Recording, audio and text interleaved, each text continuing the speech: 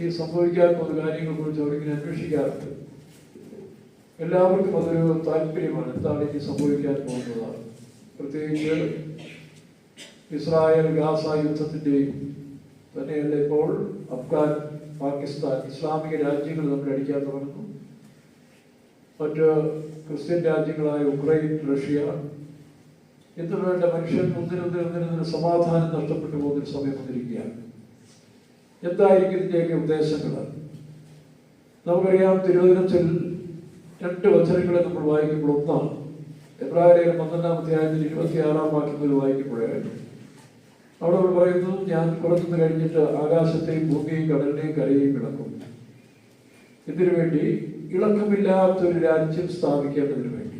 വായിച്ച്, ഇപ്പോഴും ഞാൻ ഇനി ഒരിക്കൽ ഭൂമിയെ മാത്രമല്ല ആകാശത്തെ ഇളക്കുമെന്ന് അവൻ വാഗ്ദത്തം ചെയ്തു.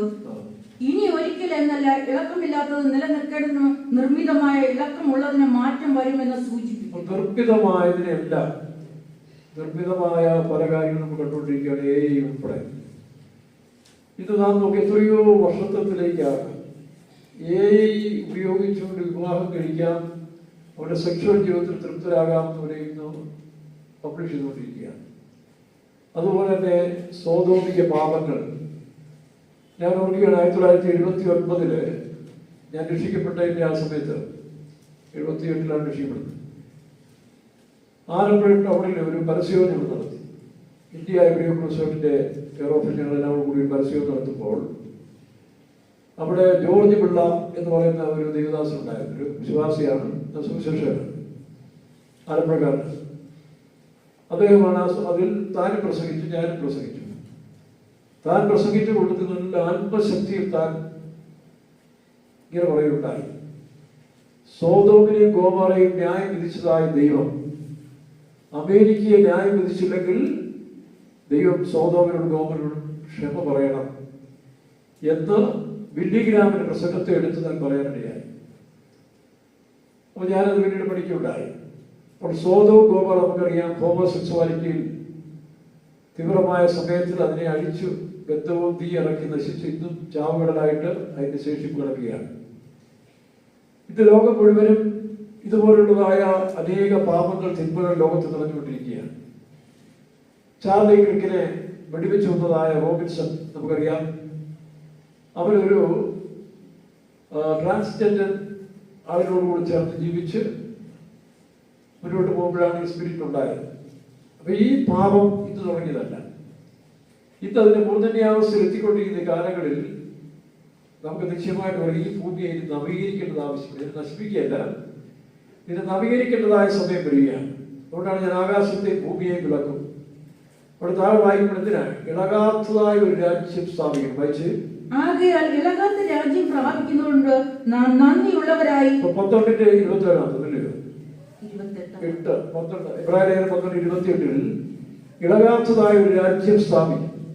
അപ്പൊ ഇതിനെ ഇളക്കി കഴിഞ്ഞെങ്കിൽ മാത്രമേ ഈ മനുഷ്യനുണ്ടാക്കിയ നിർമ്മിത ഫൗണ്ടേഷൻ ഉൾപ്പെടെ ബേസ്മെന്റ് എല്ലാം മാറ്റിയെങ്കിൽ മാത്രമേ പുതിയൊന്നും നിർമ്മിക്കാൻ കഴിയൂ.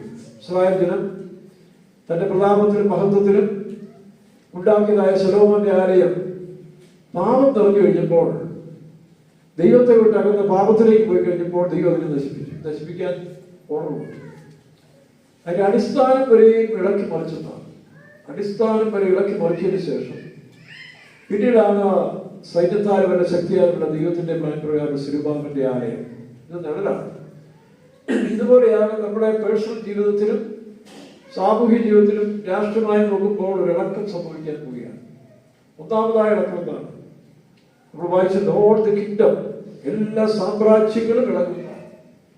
ഇത് ലോകത്തിലുണ്ടായ എത്രയോ സാമ്രാജ്യങ്ങൾ പറഞ്ഞിട്ട് ആദ്യം തന്നെ നിമ്രോദിന്റെ ബാബിലോൺ സാമ്രാജ്യം, ഈജിപ്ഷ്യൻ സാമ്രാജ്യം, ബാബിലോൺ സാമ്രാജ്യം, മേദൻ പേർഷ്യ, ഗ്രീക്ക് സാമ്രാജ്യം, റോമൻ സാമ്രാജ്യം, ബ്രിട്ടീഷ് സാമ്രാജ്യം, ഇപ്പോൾ ലാസ്റ്റ് അമേരിക്ക ഒരു സാമ്രാജ്യം പോലെ ഒരു മേധാവിത്വം പോയിക്കൊണ്ടിരിക്കുകയാണ്.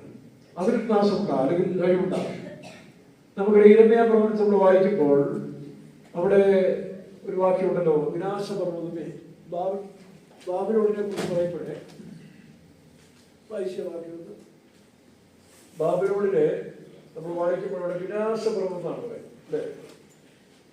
എത്ര അധ്യായം? 51:25. ഇരമ്യാവ് 51:25 ഏറ്റവും വലിയ സാമ്രാജ്യമായ ബാബേൽ സാമ്രാജ്യത്തെ നോക്കി ദൈവം പറയുന്നു. ഇരമ്യാവിൽ കൂടെ പറയുകയാണ്, എന്താ വായിച്ചേ? ഇരമ്യാവ് 51:25.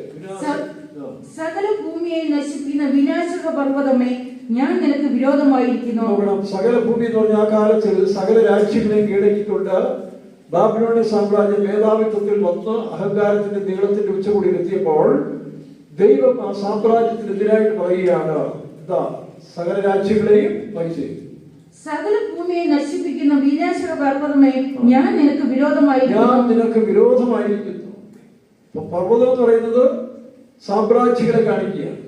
ദൈവരാജ്യത്തെ ഒരു പർവ്വതത്തോടുകൂടി ഉപയോഗിച്ചിട്ടുണ്ട്, മറ്റു പല സാമ്രാജ്യങ്ങളെയും പർവ്വതങ്ങളോട് ഉപയോഗിച്ചിട്ടുണ്ട്. പക്ഷെ അത് ദൈവത്തിന്റെ പദ്ധതിയിൽ നിന്ന് മാറിക്കഴിയുമ്പോൾ ദൈവം അതിനെ നശിപ്പിക്കാൻ ഓർമ്മ. അങ്ങനെയാണ് ഈ ലോകത്തിലുള്ള എല്ലാ സാമ്രാജ്യങ്ങളും നശിക്കാൻ കാരണമായ. എന്തിനാ കാരണം?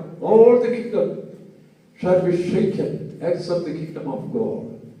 ദൈവത്തിന്റെ രാജ്യം അവസാനം സ്ഥാപിക്കപ്പെടും.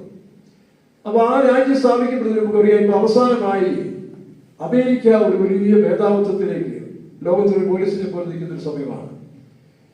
മറ്റൊന്ന് ഇസ്രായേൽ.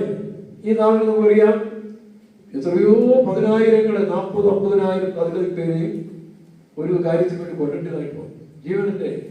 അപ്പൊ ഇതിന്റെ പിന്നിൽ പ്രവർത്തിക്കുന്ന സംഹാരം പിശാച്, ഇതിന്റെ പിന്നിൽ പ്രവർത്തിക്കുന്ന സാമ്രാജ്യത്തെ ഉണ്ടാക്കാൻ ആഗ്രഹിക്കുന്ന ആയ ലൂസിഫർ. യെശയ്യാപ്രവചനം 14-ാം അധ്യായം വായിക്കുമ്പോൾ, ഞാൻ സ്വർഗത്തിൽ കയറും, എന്റെ സിംഹാസനം അത്യുന്നതനോട് സമനാകും, എന്റെ നക്ഷത്രങ്ങൾക്ക് ഞാൻ ഇരുന്നള്ളും എന്നുള്ള അകന്ത ഈ ലൂസിഫറാണ്. അത് ഓരോ കാലഘട്ടത്തിൽ അവരുടെ സാമ്രാജ്യം എഴുന്നേൽപ്പിച്ചുകൊണ്ട് വരും.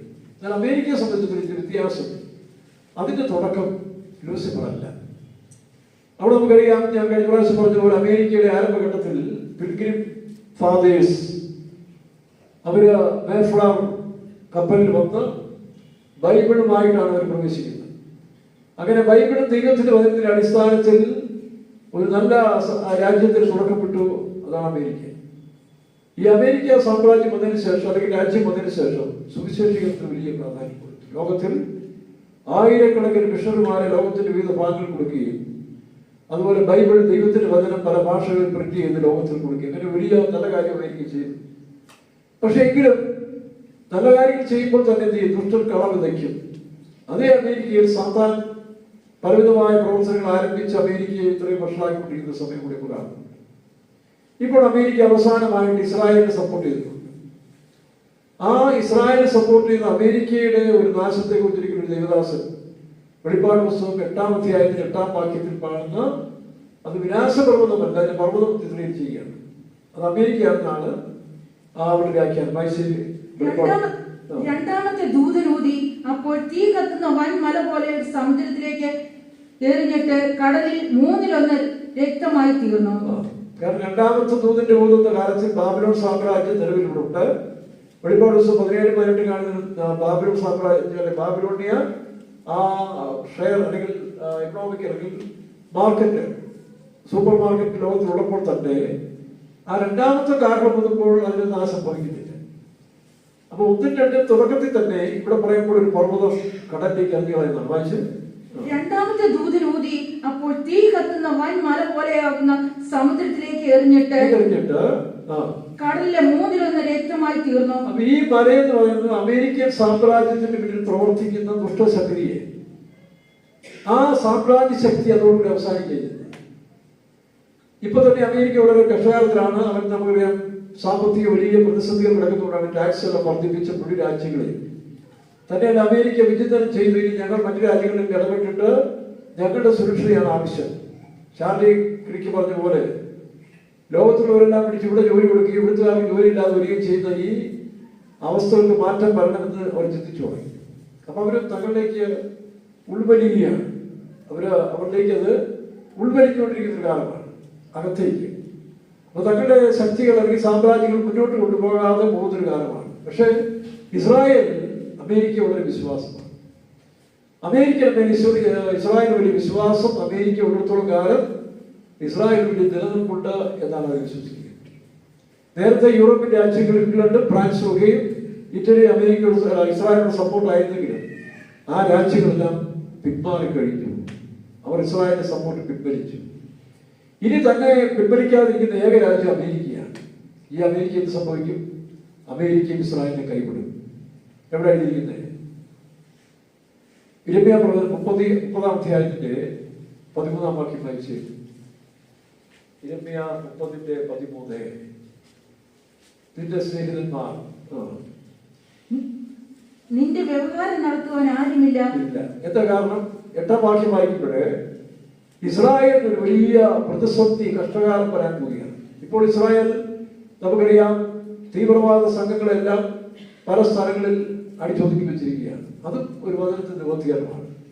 എസെക്കിയേൽ 32-ാം അധ്യായം മുഴുവൻ വായിക്കുമ്പോൾ, എസെക്കിയേൽ 32 മുഴുവൻ വായിക്കുമ്പോഴേ അവിടെ ഏലാമിന്റെ അതിക്രമം, മോവാബിന്റെ അതിക്രമം, അതുപോലെ മറ്റു പല രാജ്യങ്ങളുടെയും അമ്മോന്യരുടെ അതിക്രമം, യോർദാന്റെ, അതുപോലെ തന്നെ മോസ്കോ റഷ്യയുടെ അതിക്രമം, ഇങ്ങനെ പല രാജ്യങ്ങളുടെയും തീവ്രവാദ ശക്തികളെ ഒതുക്കുന്ന ഒരു അല്ലെങ്കിൽ അതിനെ ന്യായം വിധിക്കുമെന്ന് നമ്മൾ കാണുന്നു. അത് വായിക്കണ്ട. ഒരുപക്ഷെ ആ 32-ാം അധ്യായത്തിൽ പല സ്ഥലങ്ങൾ എഴുതിയിട്ടുണ്ട്. അപ്പൊ ആ ന്യായവിധികൾ ഒരു വിധത്തിൽ നടന്നുകൊണ്ടിരിക്കുകയാണ്. അപ്പൊ അങ്ങനെ ഇസ്രായേൽ ഒരു മികച്ച സ്ഥാനത്തേക്ക് വന്നിരിക്കുന്ന നമുക്ക് തോന്നാം. പക്ഷേ അമേരിക്കയുടെ സപ്പോർട്ട് അമേരിക്ക പിൻവലിക്കും. കാരണം ലോകരാജ്യങ്ങളിൽ എതിരായി വരുന്നതുകൊണ്ട് മാത്രമല്ല, അമേരിക്കയുടെ ഫിനാൻഷ്യൽ ശക്തി, അവരുടെ സൈന്യ ശക്തിയെല്ലാം കുറഞ്ഞുകൊണ്ടിരിക്കുന്നത്. അതുകൊണ്ടാണ് അവർ തന്നെ മനസ്സിലാക്കിക്കൊണ്ട് ഉൾപ്പെടുകയാണ്. തന്നെയല്ല, ഇന്ന് അമേരിക്കയിലെ നേതൃസ്ഥാനത്തിരിക്കുന്ന ട്രംപ് ഉൾപ്പെടെ അവരെല്ലാം ദൈവത്തിൽ വലിയ വിശ്വാസമുള്ളവരാണ്, ബൈബിൾ അറിയാവുന്നവരാണ്. കഴിഞ്ഞ ദിവസം ട്രംപിന്റെ ഒരു പ്രസംഗം ഞാൻ കേട്ടു. നല്ല മനോഹരമായ സുവിശേഷ പ്രസംഗം. യേശു ക്രിസ്തു രാജാവായി ഭൂമിയിൽ വരുമെന്നും ഇവിടെ ഒരു വാഴ്ചയുണ്ടെന്ന് പറഞ്ഞ് താനും പ്രസംഗം ചെയ്തു. അങ്ങനെ പലരും, ഇന്നത്തെ ക്യാബിനറ്റിലുള്ള പലരും യേശു ക്രിസ്തുവിനെ രക്ഷിതാവായി സ്വീകരിച്ചവരാണ്. അപ്പൊ ബൈബിൾ അറിയാവുന്നവർക്ക് അറിയാം, അവസാന കാലങ്ങളിൽ ഞങ്ങളല്ല ഇസ്രായേലിനെ സഹായിക്കേണ്ടതാണ് എന്ന് മനസ്സിലാക്കിയിരിക്കുന്നതുകൊണ്ടും അവരും പിൻവാങ്ങുവാൻ തയ്യാറായിക്കൊണ്ടിരിക്കുകയാണ്. പക്ഷെ ഇസ്രായേൽ അത് ഗ്രഹിക്കുന്നില്ല. ഇസ്രായേൽ തന്റെ സ്വന്തം ടെക്നോളജിയിലും അവരുടെ ഫിനാൻഷ്യൽ സൗണ്ടിലും അവരുടെ യഹൂദന്മാർ തിരിച്ചു വരുന്നതിലും അമേരിക്കയുടെ സപ്പോർട്ടും ഒക്കെ തങ്ങൾ ഇപ്പോഴും ഒരു ബലമായിട്ട് കണ്ടുകൊണ്ടിരിക്കുകയാണ്. എന്നാൽ 30-8 വായിച്ച്. അന്ന് ഞാൻ അവന്റെ നുകം നിന്റെ കഴുത്തിൽ നിന്ന് ഓടിച്ച്. 30-8. അന്ന് ഞാൻ അവന്റെ നുകം നിന്റെ കഴുത്തിൽ നിന്ന് ഓടിച്ച് ബന്ധനങ്ങളെ അറുത്തു കളയും. അന്യന്മാർ ഇനി അവനെ കൊണ്ട് സേവ ചെയ്യുകയുമില്ല എന്ന് സൈന്യങ്ങളുടെ യഹോവ. യാക്കോബിന്റെ കഷ്ടകാലം എത്ര? യിരെമ്യാവാണോ? യിരെമ്യാ 30:7.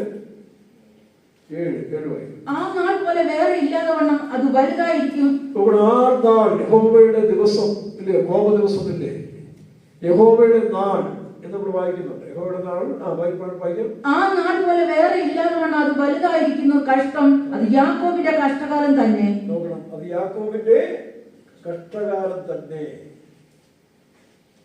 അപ്പോൾ യെശയ്യാ 13-ാം അധ്യായത്തിന്റെ 6-ാം വാക്യത്തിൽ വായിക്കുമ്പോൾ, 6 മുതൽ 14 വരെ വായിക്കുമ്പോൾ അവിടെ നമ്മൾ യഹോവയുടെ ദിവസത്തെ കുറിച്ച് അവിടെ വ്യാഖ്യാനിച്ചിട്ടുണ്ട്. വായിച്ച്. യഹോവയുടെ ദിവസം സമീപിച്ചിരിക്കുന്നുണ്ട്. യഹോവയുടെ ദിവസം സമീപിച്ചിരിക്കുന്നുണ്ട്. മുറയിടുവിൻ, അത് സർവശക്തിയിൽ നിന്ന് സർവനാശം പോലെ വരുന്നു. അതുകൊണ്ട് എല്ലാ കൈകളും തളർന്നു പോകും. ലോകത്തിൽ വലിയ നാശം വരുന്ന അനുഭവം കഴിയുന്നു. പല നഗരങ്ങളും. മുൻപ് റെയ്നാഡ് ബോംബെയോ കേരളത്തിൽ വന്ന സമയത്തിൽ താനാണോ മറ്റൊരു പ്രവാചകൻ ഒരു ദർശനം കണ്ടു. ഈ Ernakulam city, Ernakulam town city wash out എന്നാണ്. അത് ഒഴുകിപ്പോകുമെന്ന് ദർശനത്തിൽ കണ്ട് വ്യാഖ്യാനിച്ചിട്ടുണ്ട്. ഇത് ശാസ്ത്ര പഠനത്തിൽ അവർ പറയുന്നത് നാളെ എറണാകുളം ഭൂമിയിൽ കാണുന്നതാണ്. കാരണം അത് ഒഴുകിപ്പോകുന്നതാണ്. കഴിഞ്ഞ രാത്രി എന്നോട് ഒരാൾ ചോദിച്ചു, മുല്ലപ്പെരിയാറിൽ എന്ത് സംഭവിച്ചിരിക്കുന്നു, അത് നിങ്ങൾ സംഭവിക്കുമോ എന്നൊക്കെ. എനിക്കതിനെക്കുറിച്ച് വ്യക്തമായിട്ട് പറയാൻ സാധ്യമല്ല. കാരണം മനുഷ്യരെ ഭീതിപ്പെടുത്തുന്നൊരു കാര്യമാണ്. ഏതായാലും ഒരു കാര്യം, അമേരിക്ക പണ്ടൊരുത്തന്നെ ഒരാള് പേപ്പർ എഴുതിയിരിക്കുന്നുണ്ട്, മുല്ലപ്പെരിയാറിന് എന്തെങ്കിലും സംഭവിച്ചാൽ Ernakulam will be washed out. Ernakulam മാത്രമല്ല പല ജില്ലകളും അതിൻ്റെതായ ഇതൊക്കെ സംഭവിക്കപ്പെടുന്നില്ല. പക്ഷെ ഒരു കാര്യം നമുക്കറിയാം, സർവനാശവും ഭൂമിയിലേക്ക് വന്നുകൊണ്ടിരിക്കുന്ന ഒരു കാരണം. വായിച്ച്. ദിവസം സമീപിച്ചിരിക്കൊണ്ട് മുറയിടുവിൻ, അത് സർവശക്തനിൽ നിന്ന് സർവനാശം പോലെ വരുന്നു. അതുകൊണ്ട് എല്ലാ കൈകളും തളർന്നു പോകും. എല്ലാ കൈകളും നോക്കണം, എല്ലാ കൈകളും തളർന്നു പോകും. പിന്നെ സകല ഹൃദയവും ഉരുകിപ്പോകും. സകല ഹൃദയവും ചിന്തിച്ചു നോക്കി. ഇന്നലെ നമുക്ക് ഇടുക്കിയിൽ കഴിഞ്ഞ 2 ദിവസത്തെ മഴ നിമിത്തം എത്രയോ മനുഷ്യർക്കാണ് മാനസികമായിട്ട് പ്രയാസം ഉണ്ടായത്. രാത്രി കാലങ്ങളിൽ നമ്മുടെ വിശ്വാസികൾ തന്നെ ഒരു വിഭാഗത്തിൽ ടെറസിന്റെ മേളിൽ പോയി താമസിക്കും, തണുപ്പോടി ജീവിക്കുന്നു. ഇതെല്ലാം ഒരു സൂചനകൾ മാത്രമാണ്. കാരണം മനുഷ്യൻ ദൈവത്തെ വിട്ട് പാപത്തിലും വർഷത്തിലും ജീവിക്കുന്ന ഒരു കാലഘട്ടത്തിലേക്ക് അധികമായി പിരിക്കും. ദൈവത്തെ വെല്ലുവിളിക്കുന്ന ഒരു കാലമാണ്. കാരണം സാധാരണ അവരെല്ലാം വ്യാപിച്ചുകൊണ്ടിരിക്കുന്ന ഒരു കാലമായതുകൊണ്ട് ദൈവത്തെ വെല്ലുവിളിക്കുന്ന ഒരു സമയം. ദൈവത്തെ വെല്ലുവിളിക്കാന്ന് പറഞ്ഞാൽ നിയമങ്ങൾക്ക്, പ്രമാണങ്ങൾ, സത്യങ്ങൾക്കെതിരായി നിൽക്കുക എന്നുള്ളതാണ്. അപ്പൊ അവിടെ അവസാനം അങ്ങനെ ഒരു ദുഷ്ടതലമുറയിന് ആവശ്യമില്ല. കാരണം അവരെ വ്യക്തിത്വത്തിന് നമ്മുടെ പുരയിടത്തിൽ തന്നെ വേസ്റ്റായിട്ട് കുറെ കള വളർന്നാൽ അതിന് ആരുടെയും പെർമിഷൻ്റെ ആവശ്യമില്ല. അതിന് ഉടമസ്ഥനെ ചെത്തി വെടിപ്പാക്കി അല്ലെങ്കിൽ അതുകൊണ്ട് തീരിട്ട് കളയും. മനുഷ്യൻ കളകൾക്ക് തുല്യമായി മാറുമ്പോൾ ന്യായവിധി ഉണ്ടാകുമെന്ന് നമുക്കറിയാം. ലോക ചരിത്രത്തിന്റെ കാണുന്നുണ്ട്. അപ്പൊ അതുകൊണ്ടാണ് ഇവിടെ യഹോവയുടെ കോപ ദിവസത്തിൽ സർവനാശം വരും, സകലരുടെയും ഹൃദയം ഉരുകിപ്പോകും, കൈകൾ തളർന്നു പോകും. വൈകാം സകല ഹൃദയം ഉരുകിപ്പോകും, അവർ ഭ്രമിച്ചു പോകും, വേദനയും ദുഃഖവും അവർക്ക് പിടിപെടും. നോവ് കിട്ടിയ സ്ത്രീയെ പോലെ അവർ വേദനപ്പെടും, അവർ അന്യോന്യം തുറച്ചു നോക്കും, അവരുടെ മുഖം ജ്വലിച്ചിരിക്കും. ഇങ്ങനെയുള്ളതായ അനർത്ഥങ്ങൾ പല വചനങ്ങൾ നമുക്ക് കാണാൻ കഴിയുന്നുണ്ട്. ഇപ്പോൾ ലോകത്തിൽ സംഭവിച്ചുകൊണ്ടിരിക്കുകയാണ്. നമ്മുടെ ഇസ്ലാമിക രാജ്യങ്ങളായ അഫ്ഗാൻ, പാകിസ്ഥാൻ തമ്മിൽ തകർത്തുകൊണ്ടിരിക്കുകയാണ്. അപ്പം നമുക്കറിയാം, മതമല്ല, മതത്തിന്റെ എല്ലാം പിന്നിൽ പ്രവർത്തിക്കുന്ന ശക്തി, രാഷ്ട്രീയത്തിന്റെ പിന്നിൽ പ്രവർത്തിക്കുന്ന ശക്തിയാണ് ലൂസിഫറിന്റെ ഇടയ്ക്ക് വീണുപോയ സാത്താന്യ ശക്തി, ദുഷ്ടാത്മാവ് പറയാം. അപ്പൊ അങ്ങനെ വരുന്നത് കൊണ്ട് ഇസ്രായേലിന് വരുന്നുണ്ട് വലിയ ന്യായം. അതാണ് നമ്മൾ യിരെമ്യാ 30:8 വായിക്കുമ്പോൾ ഇതുവരെയും വരാത്ത 7 മുതൽ വായിച്ചു യാക്കോബിന്റെ കഷ്ടകാലം. ആ നാൾ പോലെ വേറെ ഇല്ലാതെ വണ്ണം അത് വലുതായിരിക്കുന്നു കഷ്ടം. അത് യാക്കോബിന്റെ കഷ്ടകാലം തന്നെ. യാക്കോബിന്റെ കഷ്ടകാലം തന്നെ.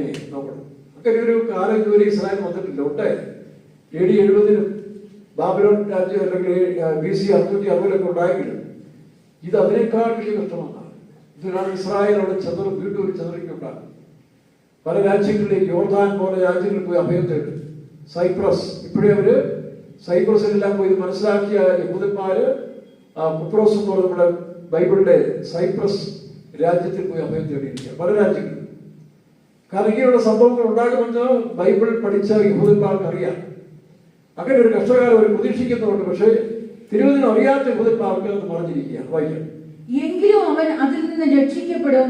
അന്ന് ഞാൻ അവന്റെ മുഖം നിന്റെ കഴുത്തിൽ നിന്ന് ഓടിച്ചു. എന്നാൽ ഈ കഷ്ടകാലം കഴിയുന്ന സമയത്തിൽ അവന്റെ മുഖം ഏത് മുഖമാണ്? യെശയ്യാവിൽ നമ്മൾ വായിക്കുമ്പോൾ 10-ാം അധ്യായത്തിലുള്ള ആ വാക്യം അവിടെ വരുന്നു. അസീറിയയുടെ അല്ലെങ്കിൽ വീണ്ടും എഴുന്നേൽക്കുന്ന ദാനിയേൽ പ്രവചനം 7, 9, 11 അധ്യായങ്ങൾ കാണുന്ന വീണ്ടും എഴുന്നേൽക്കാൻ പോകുന്ന ഒരു സാമ്രാജ്യം ഏതാണ്? ഈ റോമൻ സാമ്രാജ്യത്തിന് ശേഷം അതിൽ നിന്നുണ്ടാകുന്ന 10 കുമ്പുകളിൽ ഒരു ചെറിയ കുമ്പ് മുളച്ചു വരും. ഇവരാണ് ആന്റിക്രൈസ്റ്റ്.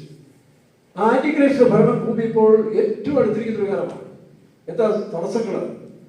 തെസ്സലോനിക്ക ലേഖനത്തിൽ 2 തെസ്സലോനിക്ക 1-ാം അധ്യായത്തിന് 3 താഴെ വായിക്കുമ്പോൾ അധർമ്മത്തിന്റെ മർമ്മം ഇപ്പോഴേ വ്യാപരിക്കുന്നു, വഴിയിൽ തടുക്കുന്നു. പരിശുദ്ധാത്മാവ് തന്റെ സഭയെ ഇവിടുന്ന് മാറ്റപ്പെടുന്ന കാര്യം മാത്രമേ ഉള്ളൂ. ഈ സാമ്രാജ്യമെല്ലാം യഹൂദൻ തന്റെ ആലയം പണിയാൻ വേണ്ടി ഒരുങ്ങിയിരിക്കുന്നു. അപ്പോൾ അവൻ ആലയത്തിന് സപ്പോർട്ട് ചെയ്യാൻ വേണ്ടി ഒരു നേതാവ്, ലോക നേതാവ് വന്ന് അതിന് അനുവാദം കൊടുക്കും. അവർ വിശ്വസിക്കാൻ ചെയ്യാറുണ്ട്. കഴിഞ്ഞ ദിവസങ്ങളിൽ ചില കുടുംബങ്ങൾ, യഹൂദ അല്ലെങ്കിൽ ഇസ്രായേലിലുള്ള ചില കുടുംബങ്ങൾ, നല്ല യഹൂദന്മാരായ ചെറുപ്പക്കാരായ ഭാര്യ ഭർത്താക്കന്മാർ കുഞ്ഞുങ്ങളിവിടെ വന്നിരുന്നു. 2-3 ഫാമിലി പല പ്രാവശ്യമായിട്ട് വന്ന് എന്നോട് സംസാരിച്ചു. അവർക്കൊരു മെസ്സിയെ കാത്തിരിപ്പുണ്ട്. അപ്പൊ എന്നോട് ഒരാൾ ചോദിച്ചു, ഇസ്രായേലിൽ എന്നാ വരുന്നു ചോദിച്ചു. ഞാൻ പറഞ്ഞു വരുന്നുണ്ട്, ഞങ്ങളെ അറിയിക്കണം കേട്ടോ, എന്തെങ്കിലും സഹായം ചെയ്യാം. ഞാൻ പറഞ്ഞു ഇല്ല, ഇപ്പോഴല്ല, ഞങ്ങളുടെ രാജകുമാരൻ കൂടെ വരണം. അതായത് അതാണ് നിങ്ങളുടെ വാഗ്ദത്ത മെസ്സിയായ യേശു ക്രിസ്തു. അവൻ വരും. ആ യേശുവുമായിട്ട് ഞങ്ങൾ വരുന്നുണ്ട്. 1000 വർഷം നിങ്ങളുടെ രാജ്യത്തിൽ ഞങ്ങൾക്കൊരു ഭരണമുണ്ടെന്ന് പറഞ്ഞു. അപ്പോൾ കേൾക്കാൻ സാറിനോട് ഇഷ്ടപ്പെട്ടു. കുറെ കാര്യങ്ങൾ പറഞ്ഞ് ഞങ്ങൾ പുസ്തകം കൊടുത്തു. അപ്പൊ പ്രിയരെ, ആ രാജ്യം സ്ഥാപിക്കുന്നതിന് മുൻപ് ഇതെല്ലാം ഇളകേണ്ടത് ആവശ്യമാണ്. എല്ലാ രാജ്യങ്ങളും സാമ്രാജ്യങ്ങളും ഇളകും. ആ ഇളക്കത്തിന്റെ ഒരു ഭാഗമാണ് ഇന്നത്തെ കേരളത്തിലെ ഇന്നത്തെ ഭരണം. നമ്മുടെ മുഖ്യമന്ത്രി പിണറായി വിജയനെ കുറ്റം പറഞ്ഞൊരു കാര്യമില്ല. പിണറായി വിജയനല്ല, ഇതിന്റെ പിന്നിലേക്ക് ഒരു സ്പിരിറ്റാണ്. അല്ലെങ്കിൽ BJP സർക്കാരിന് പ്രവർത്തിക്കുന്ന ഒരു സ്പിരിറ്റാണ്. അപ്പൊ ഇതെല്ലാം ഇങ്ങനെ സംഭവിക്കണം. ജനാധിപത്യം തകർന്നടിയേണ്ട കാര്യം കഴിഞ്ഞു, അതിന്റെ കാലം കഴിഞ്ഞു. കാരണം ഈ രാജാക്കന്മാരുടെ കാലത്ത് ദാനിയേൽ കണ്ടെന്ന ദർശനം പോലെ കളിമണ്ണും ഇരുമ്പും സംയോജിക്കുന്ന പോലെ പാർട്ടികൾക്ക് ആദർശമില്ലാതെ ആശയമില്ലാതെ കാര്യസാധ്യത്തിന് വേണ്ടി അങ്ങോട്ടും ഇങ്ങോട്ടും അല്ലേ മതേതരത്വമെന്നും മതവിരോധികളെന്നും എല്ലാം പറയുന്ന ആളുകൾ ഇന്നത്തെ നമ്മൾ കണ്ടില്ലേ? സാമ്രാജ്യത്തിനുള്ള കസേരയ്ക്ക് വേണ്ടി ആരുമായിട്ട് അവരുടെ ആദർശങ്ങൾ ബലികഴിച്ചുകൊണ്ട് കസേര നിലനിർത്താൻ വേണ്ടിയുള്ളതായ വ്യാപനം അത് കേരളത്തിൽ നടന്നുകൊണ്ടിരിക്കുന്നു. എല്ലായിടത്തും ഇന്ത്യയിലും ആദർശങ്ങൾ ജനാധിപത്യ സംരക്ഷണം മാറ്റിക്കളഞ്ഞു. അതെന്തേ കാറ്റിലെറിഞ്ഞു കഴിഞ്ഞു. കാരണം എന്താ? അതിന്റെ കാലം കഴിഞ്ഞു. അതുകൊണ്ട് മോദിയെ കുറ്റം പറഞ്ഞുകൊണ്ട് പിണറായി കുറ്റം പറഞ്ഞിട്ട് കാര്യമില്ല. ഇനി വാഴേണ്ടവൻ ഒരേ ശക്തി അല്ലെങ്കിൽ പൂർണ്ണമായ ഒരു ദുഷ്ടൻ ലോകത്തിൽ ഭരിക്കാൻ വരികയാണ്. പക്ഷെ അതിന്റെ കാറ്റിപ്പോഴേ വീശി തുടങ്ങിയതിന്റെ ലക്ഷ്യമാണ് ഈ അരാജകത്വവും അധർമ്മവും അനീതിയും കേരളത്തിലും ഇന്ത്യയായും പലർത്തും കാണുന്നത്. എന്താ കാരണം? സൂര്യൻ ഉദിച്ചു വരുന്നതിന് മുമ്പേ സൂര്യനെ നമ്മൾ കാണുന്നതിന് മുമ്പ് എന്റെ പ്രകാശം പതുക്കെ പതുക്കെ ഭൂമിയിലേക്ക് വരും. അപ്പൊ അധർമ്മത്തിന്റെ ശക്തി തെസ്സലോനിക്ക ലേഖനം 1 വായിക്കുമ്പോൾ അധർമ്മത്തിന്റെ ശക്തി ഇപ്പോഴേ വ്യാപിക്കുന്നുണ്ട്, ഇതുവരെ തടുക്കുന്നവൻ വഴിയിൽ നിന്ന് നീങ്ങി പോവുക വ്യാപരിച്ചുകൊണ്ടിരിക്കുന്നതുകൊണ്ടാണ്. അതുകൊണ്ടൊരു വ്യക്തിപരമായ ഒരു മുഖ്യമന്ത്രിയോ ഒരു മന്ത്രിയോ കുറ്റം പറഞ്ഞിട്ട് കാര്യമുണ്ട്. അവർക്ക് അഭിപ്രായമില്ല. അവർ ഇന്ന് പറയുന്നത് നാളെ പറയും. ഒരു മന്ത്രിയുടെ വാക്ക് ഉപയോഗത്തില്ല. സാധാരണ മനുഷ്യൻ തെരുവിൽ പറയുന്ന പോലെയാണ് ചില മന്ത്രിമാരുടെ അഭിപ്രായം പറയുന്നത്. എന്താണെന്ന് വെച്ചാൽ ഇവർക്ക് അറിയത്തില്ല. അവരെ നിയന്ത്രിക്കുന്ന ശക്തികൾ പോസ്റ്റിന്റെ ആത്മാവ്. പോസ്റ്റ് പറയുന്നതിന് എന്തോരം താല്പര്യമാണ്. ഈ വർഷങ്ങളായിട്ട് പോസ്റ്റ് പറഞ്ഞുകൊണ്ടിരിക്കുന്ന ലീഡേഴ്സ് എത്ര സമർത്ഥമായിട്ടാണ് അതിനെ പറഞ്ഞ് സ്ഥാപിക്കാൻ പോകുന്നത്. പക്ഷെ നിൽക്കും. എതിർ ക്രിസ്തുവിന്റെ കാലം വരെയും ഈ പോസ്റ്റ്. അതുകൊണ്ടാണ് പോസ്റ്റ് വിശ്വസിക്കുമാറ് അവിടെ 2 തെസ്സലോനിക്കർ 2:11 സത്യത്തെ വിശ്വസിക്കാതെ അനീതിയിൽ രസിക്കുന്ന ഏവർക്കും ന്യായവിധി വരേണ്ടതിന് ദൈവം അവർക്ക് പോസ്റ്റ് വിശ്വസിക്കുമാർക്ക് വ്യാജത്തിന്റെ വ്യാപാര ശക്തിയായി. ദൈവം എന്ന് പറഞ്ഞാൽ ദൈവം അവിടെ അനുവദിക്കുന്നതല്ല. ആ സാഹചര്യങ്ങൾ അല്ലെങ്കിൽ ആ സന്ദർഭങ്ങൾ അങ്ങനെ സംഭവിച്ചുകൊണ്ടിരിക്കുകയാണ്. അപ്പൊ മനുഷ്യന് സത്യമല്ല ഈ കാലത്ത് ആവശ്യം. പോസ്റ്റ് പറയണം. അത് വളരെ അതിശയോക്തിയായ കാര്യങ്ങൾ പറയണം. ഇളക്കപ്പെരുപ്പത്തിന്റെ കാര്യങ്ങൾ പറയണം. അങ്ങനെ പോസ്റ്റ് പറഞ്ഞ് ആധികാരികമായി സ്ഥാപിച്ചുകൊണ്ടിരിക്കുന്ന മത നേതാക്കന്മാർ, രാഷ്ട്ര തലവന്മാർ, ഭരണകർത്താക്കന്മാർ നമ്മൾ കാണുമ്പോൾ ഒരു ചടുപ്പുമില്ല. എത്ര കള്ളം പറഞ്ഞാലും പോസ്റ്റ് പറഞ്ഞാലും അതിലവർ ആനന്ദിക്കുകയാണ്. ഞങ്ങൾ പോസ്റ്റ് പറഞ്ഞ് മനുഷ്യരെ വിഡ്ഢികളാക്കുന്നു, അതിലവർ സന്തോഷിക്കുക. കാരണം ഈ കാലഘട്ടം അങ്ങനെയാണ്. എന്നാൽ ഈ സമയങ്ങളിലാണ് ഇസ്രായേലിന് പറ്റുന്ന അപകടം. അവന്റെ കഷ്ടകാലം ഇവര് പോയി ഈ എതിർ ക്രിസ്തുവിന്റെ പോസ്റ്റിൽ വിശ്വസിക്കുകയും അവസാനം നോക്കണം അമേരിക്ക പോലും അവരെ കൈവിടുന്ന വായിച്ച് 30:13 വായിച്ച് നിന്റെ സ്നേഹിതന്മാരൊക്കെ 30:13-14 നിന്റെ വ്യവഹാരം നടത്തുവാൻ ആരുമില്ല. അവസാനം ഇസ്രായേൽ ഒറ്റപ്പെടും കേട്ടോ. ഇന്ന് കാണുന്ന ഇസ്രായേൽ എല്ലാം അല്പം താമസിക്കാതെ തന്നെ ഇസ്രായേൽ എല്ലാവരും കൈവിടും. അമേരിക്കയും കൈവിട്ട് ഒഴിഞ്ഞു പോകും. ഞങ്ങളെ കൊണ്ട് സാധിക്കത്തില്ല. എന്താ കാരണം? അത് അമേരിക്കയുടെ കുറ്റമല്ല, ട്രംപിന്റെ കുറ്റമല്ല. ട്രംപ് കാര്യമായിരുന്നല്ല. കാരണം തിരുവനന്തപുരം കറക്റ്റായി എഴുതിയിട്ടുണ്ട്. ഇവിടുത്തെ വായിക്കുന്നത് നിന്റെ വ്യവഹാരം നടത്തുവാൻ ആരുമില്ല. ലോകം മുഴുവൻ ഇസ്രായേലിനെതിരായിട്ട് മാറും. വായിക്കാം. നിന്റെ മുറിവിനിടുവാൻ മരുന്നും കുഴമ്പുമില്ല. ഇല്ല. ഇസ്രായേലിനെ ആശ്വസിപ്പിക്കാൻ ആരുമില്ല. കാരണം ഇപ്പൊ നമുക്കറിയാം ഇസ്രായേല് തങ്ങളുടെ നിലനിൽപ്പിന് വേണ്ടി കുറെ പേരെ കൊന്നപ്പോൾ അതെല്ലാം വലിയ ചർച്ചാ വിഷയമായി. പക്ഷെ ഹമാസ് പാലസ്തീൻകാരെ സ്വന്തം ജനത്തെ വെടിവെച്ചു കൊന്നിട്ട് ഈ സോഷ്യൽ മീഡിയയോ ഈ വക്താക്കൾക്കൊന്നും അനുഭവമില്ല.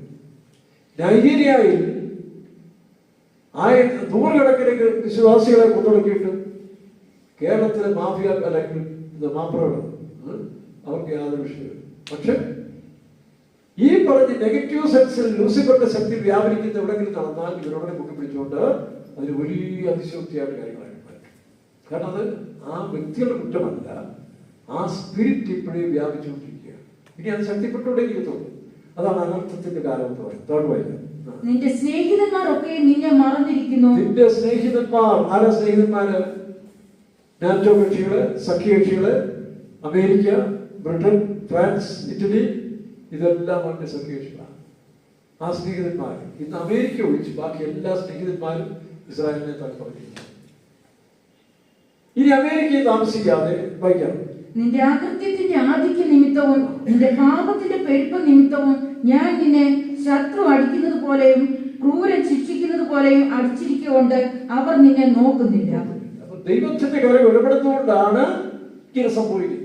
ഇസ്രായേലിനെതിരായിട്ട് എന്തെങ്കിലും ഒരു ലേഖനം എഴുതിയാൽ സോഷ്യൽ മീഡിയ പറഞ്ഞാൽ ഓർത്തോണം, ഇതിന്റെ ഏറ്റവും ദൈവത്തിന്റെ കൈയുണ്ട്. കാരണം തന്റെ ജനമായ ഇസ്രായേൽ തങ്ങളിൽ മാത്രം, ദൈവത്തിൽ മാത്രം ആശ്രയിക്കേണ്ട ഒരു ജനമാണ്. യിരെമ്യാ 7:17 വായിക്കുമ്പോൾ യഹോവയിൽ ആശ്രയിക്കുകയും യഹോവ തന്നെ ആശ്രയമായിരിക്കും. 17:7 യഹോവയിൽ ആശ്രയിക്കുകയും യഹോവ തന്നെ ആശ്രയമായിരിക്കുകയും ചെയ്യുന്ന മനുഷ്യർ അത് വിട്ടിട്ട് അവരുടെ ടെക്നോളജിയിൽ, അവരുടെ സാമ്പത്തിക വികസനം, അവരുടെ സൈനിക ശക്തി, ഇതിലേക്കൊക്കെ ഇസ്രായേൽ പോയിരിക്കുകയാണ്. രണ്ടാം അമേരിക്കൻ സപ്പോർട്ട്. അതുകൊണ്ടാണ് ദൈവം ശരി വിട്ടുകൊടുത്തിരിക്കുക. അവസാനം വരുമ്പോൾ അമേരിക്ക എല്ലാം പോയി അവർ കൈവിടപ്പെട്ടു പോകും, നിരാശരായിത്തീരും. ഈ സമയം വലിയ അടിമകളുണ്ടാകും, വലിയ സംഹാരങ്ങൾ ഇസ്രായേലുണ്ടാകും. ഒരു മനുഷ്യൻ നെഞ്ചത്ത് കൈവയ്ക്കത്തുകൊണ്ട് അല്ലെങ്കിൽ പ്രാപ്തി പിടിക്കത്തുകൊണ്ട് ഇസ്രായേൽ വലിയ നാശമുണ്ടാകും. ആ സമയങ്ങളിലാണ് നമുക്കറിയാം അവസാനത്തിൽ ഇസ്രായേൽ മനസ്സിലാവുന്നത് ചതിക്കപ്പെട്ടു, വഞ്ചിക്കപ്പെട്ടു. മശിഹായല്ല, ഈ ആന്റിക്രൈസ്റ്റ് എതിർ ക്രിസ്തു മശിഹായല്ല, അവൻ ഞങ്ങളുടെ വിരോധിയാണ്, സാത്താനാണ് മനസ്സിലായി കഴിയുമ്പോൾ ഇവർക്കുണ്ടാകുന്ന പീഡനത്തിന്റെ കാഠിന്യ നിമിത്തം ദൈവത്തിലേക്ക് നിലവിളിക്കും. അപ്പോഴാണ് സക്കറിയാപുരത്ത് വായിക്കുമ്പോൾ കൃത്യമുക്കിലേക്ക് നോക്കി രക്ഷപ്പെടും. 13 12:13 12:7 10 വാക്യം. ഞാൻ ദാവീദ് ഗൃഹത്തിന്മേലും യെരൂശലേം നിവാസിയുടെ മേലും കൃപയുടെയും യാചനയുടെ ആത്മാവിനെ പകരം. രണ്ട് ആത്മാവ് ആ കാലങ്ങളിൽ ഏതാ? ഈ ഇസ്രായേൽ ഈ കാഠിന്യമേറിയ അവസ്ഥകളിലൂടെ പോകുന്ന സമയത്തിൽ, ഒരു മനുഷ്യനും ഇസ്രായേലിനെ രക്ഷിപ്പാൻ കഴിയില്ലാത്ത സമയത്തിൽ രണ്ട് ആത്മാവ്, ഒന്ന് യാചനയുടെയും ഒന്ന് കൃപയുടെ ആത്മാവിനെ പകരുന്നതാണ്. അപ്പൊ യാചനയും കൃപയും, അതാണ് ഏലിയാവ് ആരോഗ്യം നമ്മൾ പറയുന്നത്. അത് ഏലിയാവ് ആരോഗ്യം വരാനാണ് സാധ്യതയില്ലെങ്കിൽ അതുപോലെ രണ്ട് പ്രവാചകന്മാർ വരും. എന്താ കാരണം? ഒരാൾ കൃപ, നോഹയ്ക്ക് കൃപ ലഭിച്ചു, ആനോക്കിന് കൃപ ലഭിച്ചു, ദൈവത്തോട് നടന്നു. അപ്പൊ ദൈവത്തോട് നടന്നത് കൃപയാലാണ്. അപ്പൊ കൃപയുടെ ആത്മാവിനെ പറ്റി വ്യാപരിക്കാൻ ആനോക്കിനെ പോലെ ഒരു പ്രവാചകനോ ആ കാലത്ത് ഉണ്ട്. യാചന, ഏലിയാവ് ന്യായപ്രമാണ കാലത്തിൽ അവിടെ കൃപയല്ല, യാചിക്കുകയാണ്. ഇസ്രായേൽ വീണ്ടെടുപ്പിനും തീയിറക്കുവാൻ വേണ്ടി ഏലിയാവ്, അതുകൊണ്ടാണ് ഏലിയാവിന്റെ ആത്മാവ് എന്ന് പറയുന്നത്. അത് ഏലിയാവ് ആരെങ്കിലും പറഞ്ഞിട്ട് നമുക്കൊന്നും തർക്കിക്കേണ്ട ആവശ്യമില്ല. ഏലിയാവ് ആനോക്ക് എന്ന് പറയുന്നതിന് കാരണം അവർ രണ്ടുപേരും മരിച്ചിട്ടില്ല, മരണം കാണാൻ എടുക്കപ്പെട്ടുകൊണ്ട് ഒരിക്കൽ മരിക്കുകയും പിന്നെ ന്യായവിധി മനുഷ്യർക്ക് നിയമിച്ചിരിക്കുന്നതിനാൽ അവർ പറ്റുമെന്ന് ആ ഉപദേശത്തിലാണ് നമ്മളിൽ പറയുന്നത്. ഇനി അത് വേറെ ആരുമില്ല, നമുക്ക് വിഷയമല്ല. പക്ഷെ വചനത്തിൽ കാണും. അപ്പൊ കൃപയുടെയും യാചനയുടെയും ആത്മാവിനെ പകരുമെന്ന് വെളിപ്പാട് പുസ്തകം 11-ാം അധ്യായത്തിലാണ് രണ്ട് പ്രവാചകന്മാർ, രണ്ട് അഭിഷിക്തന്മാർ ആ കാലത്തിൽ ഇസ്രായേൽ ഒന്ന് പ്രവചിച്ചുകൊണ്ടിരിക്കും. കാരണം ഇവരുടെ ഹൃദയത്തെ ക്രിസ്തുവിലേക്ക് നടത്തണം. ഈ എതിർ ക്രിസ്തുവിന്റെ പിടിയിൽപ്പെട്ടിരിക്കുന്ന ജനത്തെ വീണ്ടും ക്രിസ്തുവിലേക്ക് കൊണ്ടുവരാൻ വേണ്ടി ഈ രണ്ട് പ്രവാചകന്മാർ ആ കാലത്തിലൂടെ പ്രസംഗിക്കും. അങ്ങനെ പ്രസംഗിക്കുന്ന കാലത്തിൽ എതിർ ക്രിസ്തുവിന്റെ ശത്രുക്കളാണ് ഇവർ. ഇവരുടെ പ്രവചനം കഴിയുമ്പോൾ എതിർ ക്രിസ്തുവിനെ കൊന്ന് യെരൂശലേമിന്റെ വീതികളിൽ കാണും. അന്നത്തെ നമ്മൾ വീടിന് ടെലിവിഷൻ കാണേണ്ട ആവശ്യമില്ല കേട്ടോ. ഈ ആകാശത്തിന്റെ സ്ക്രീനാക്കി മാറ്റുക. ഇപ്പൊ ചന്ദ്രനോടത്ത് വിളിച്ചാൽ ഒരു ഭൂഗോളങ്ങളുള്ളവർക്കെല്ലാം കാണാറുണ്ട്, മറ്റു പകൽ സമയത്തും മറ്റ് ഓപ്പോസിറ്റ് സൈഡ്. ഇതുപോലെ രണ്ട് സ്ക്രീൻ ആകാശങ്ങളിൽ, ഈ രണ്ട് സ്ക്രീൻ സ്ഥാപിച്ചാൽ മതി, മുഴു ലോകവും കാണുന്നതാണ്. ആ ഒരു ശവം 3.5 ദിവസം മുഴു ലോകവും കാണുന്നതാണ്. പ്രത്യേകിച്ച് AI സംവിധാനങ്ങളുള്ള കാലത്തിൽ അത് വലിയ വിഷയമില്ല. അപ്പൊ അങ്ങനെ 3.5 ദിവസം കാണും. 3.5 ദിവസം കഴിയുമ്പോൾ അവരുടെ ജീവൻ വരികയും അവന്റെ ആത്മാവ് ശരീരം ഉയർക്കുകയും സ്വർഗത്തിലേക്ക് പോവുകയും ചെയ്തുകൊണ്ടാണ്. അപ്പൊ ഈ പ്രവാചകന്മാരുടെ കാലത്തിൽ ഈ യഥാർത്ഥ മശിഹയെ കുറിച്ച് ബോധ്യം വരുത്തപ്പോൾ തങ്ങൾ കുത്തിയിട്ടുള്ളവരിലേക്ക് അവർ നോക്കും. ആരെയാണ് അവർ കുത്തിയത്? യേശു ക്രിസ്തുവിനെ നോക്കണം. താൻ ജനിച്ചപ്പോൾ തൊട്ട് വാക്കുകൊണ്ട് കുത്തി, അവസാനം കുന്തം കൊണ്ട് കുത്തി, തന്നെ ക്രൂശിച്ചു. ഈ ക്രൂശിക്കപ്പെട്ടവരാണ് ഞങ്ങളുടെ വാഗ്ദത്ത മശിഹ എന്നുള്ളതായ അറിവ്. അതാണ് ആ അറിവിലേക്ക് വരാൻ വേണ്ടിയാണ് രാജ്യങ്ങൾ എല്ലാവർക്കും എതിരാണ്. ഞാൻ എവിടെങ്കിലും ഒരു സപ്പോർട്ട് ഉണ്ടെങ്കിൽ അവരെന്ത് ചെയ്യും? ദൈവത്തെ ആശ്രയിക്കുന്നു. ഇത് നമ്മൾ ചിന്തിക്കുന്ന പോലല്ല. ഇസ്രായേലിൽ 60% പേരും സത്യദൈവത്തെ അറിയാത്തവരായി ജീവിക്കുക. 60%. 20%-ന് ഒരു ദൈവമില്ല, അഭിപ്രായമൊന്നുമില്ല, മറ്റൊരു ദൈവത്തിനെതിരായിട്ടാണ്. 20% മാത്രമേ സത്യദൈവത്തിന് ശരിയായ വിശ്വാസം അർപ്പിച്ച് ഇസ്രായേൽ ജീവിക്കുന്നു. അപ്പൊ ഈ നാളുകളിൽ അവർ ദൈവത്തിലേക്ക് തിരിച്ചു വരും. കുത്തിയമക്കിലേക്ക് നോക്കി വായിക്കാം. ഏത് ജാതിനെ കുറിച്ച് വിലപിക്കുന്നത് പോലെ അവർ അവനെ കുറിച്ച് വിലപിക്കും. യേശു ക്രിസ്തുവിനെ ഞങ്ങൾ ക്രൂശിച്ചവരാണ് മശിഹ. ഇവർ കള്ളനാണ്, കാഫിയനാണ്, ഇവൻ വ്യാജനാണ്, ചതിയനാണ്, വഞ്ചകനാണ് പറഞ്ഞവനെ വേശ്യാപുത്രനാഥ് നിന്ദിച്ചു പറഞ്ഞ യേശുവിനെ അവർ സ്വീകരിക്കുകയും അങ്ങനെ യേശു ക്രിസ്തു അവർക്ക് വേണ്ടി യുദ്ധം ചെയ്യാൻ ഇറങ്ങി വരും. ഇവിടെ യെശയ്യാ 63 വായിക്കുമ്പോൾ ബൊസ്രയിലേക്ക് യേശു ഇറങ്ങി വരും. ആരാ? യോർദാനിലുള്ളതാണ്. അപ്പോൾ യോർദാൻ ആ കാലത്ത് ഇസ്രായേലിന് അനുകൂലമായ സാഹചര്യം ഉള്ളതുകൊണ്ട് അവിടെയുള്ള യഹൂദന്മാർ ഒരുപാട് പലായനം ചെയ്യും. അവിടെ കർത്താവായ യേശു യഹൂദിന് വേണ്ടി 1000 വർഷം ഭരണത്തിന് മുമ്പ് ഇറങ്ങി വരും. അതാണ് സംഭവിക്കാൻ പോകുന്നത്. അപ്പോൾ ഇങ്ങനെ അമേരിക്ക ഇസ്രായേലിനെ കൈവിട്ടാൽ അവിടെ അനുതാപിച്ചു കഴിയുമ്പോൾ അവര് യേശു ക്രിസ്തുവിലേക്ക് മടങ്ങി വരികയും രക്ഷത്തിൽ നമുക്കെന്താ പഠിക്കേണ്ട ആവശ്യം? പ്രിയരെ, നാം ലോകത്തിന്റെ സമൃദ്ധിയും ലോകത്തിന്റെ ജ്ഞാനവും എല്ലാം നമ്മളിൽ അധികരിച്ചു വരികയാണ്. ഇത് നമുക്കും അവസാനം ഇതൊന്നും നമ്മളെ സഹായിക്കാൻ സാധിക്കുന്നില്ല. ഈ കാണുന്ന സോഷ്യൽ മീഡിയയോ ഈ പറഞ്ഞ സംവിധാനങ്ങളോ ഇന്നത്തെ ടെക്നോളജികളൊന്നും നമുക്ക് സഹായിക്കില്ല. നാം വിശ്വസിക്കുന്ന യേശു ക്രിസ്തുവിലേക്ക് നാം മടങ്ങി വരിക.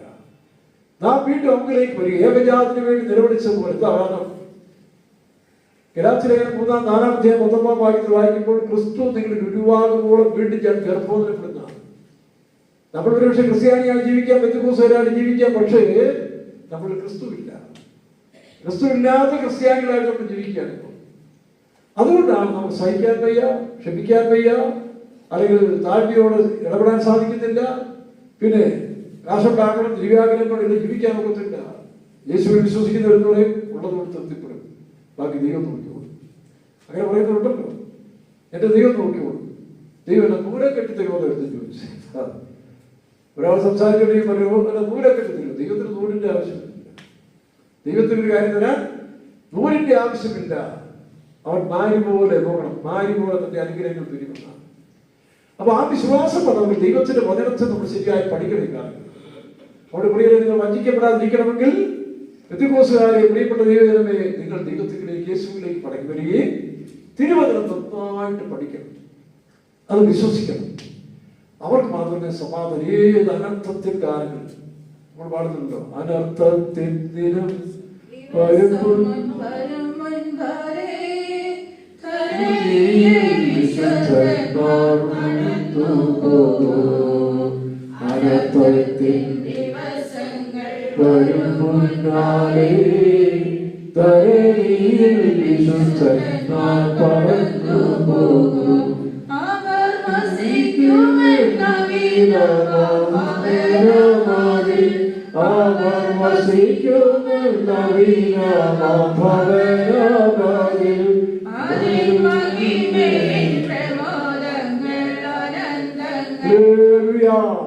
അനർത്ഥത്തിന്റെ ദിവസം.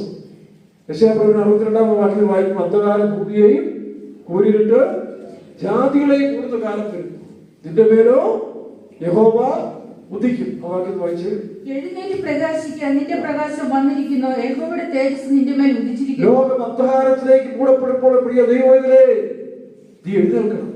എവിടെ എഴുന്നേൽക്കണം? എഫെസ്യരിൽ വായിക്കുമ്പോൾ ഉറങ്ങുന്നവരെ മരിച്ചവരുടെ എഴുന്നേൽക്കുക. കാരണം പലരും മരിച്ച അവസ്ഥയിലിരിക്കുക.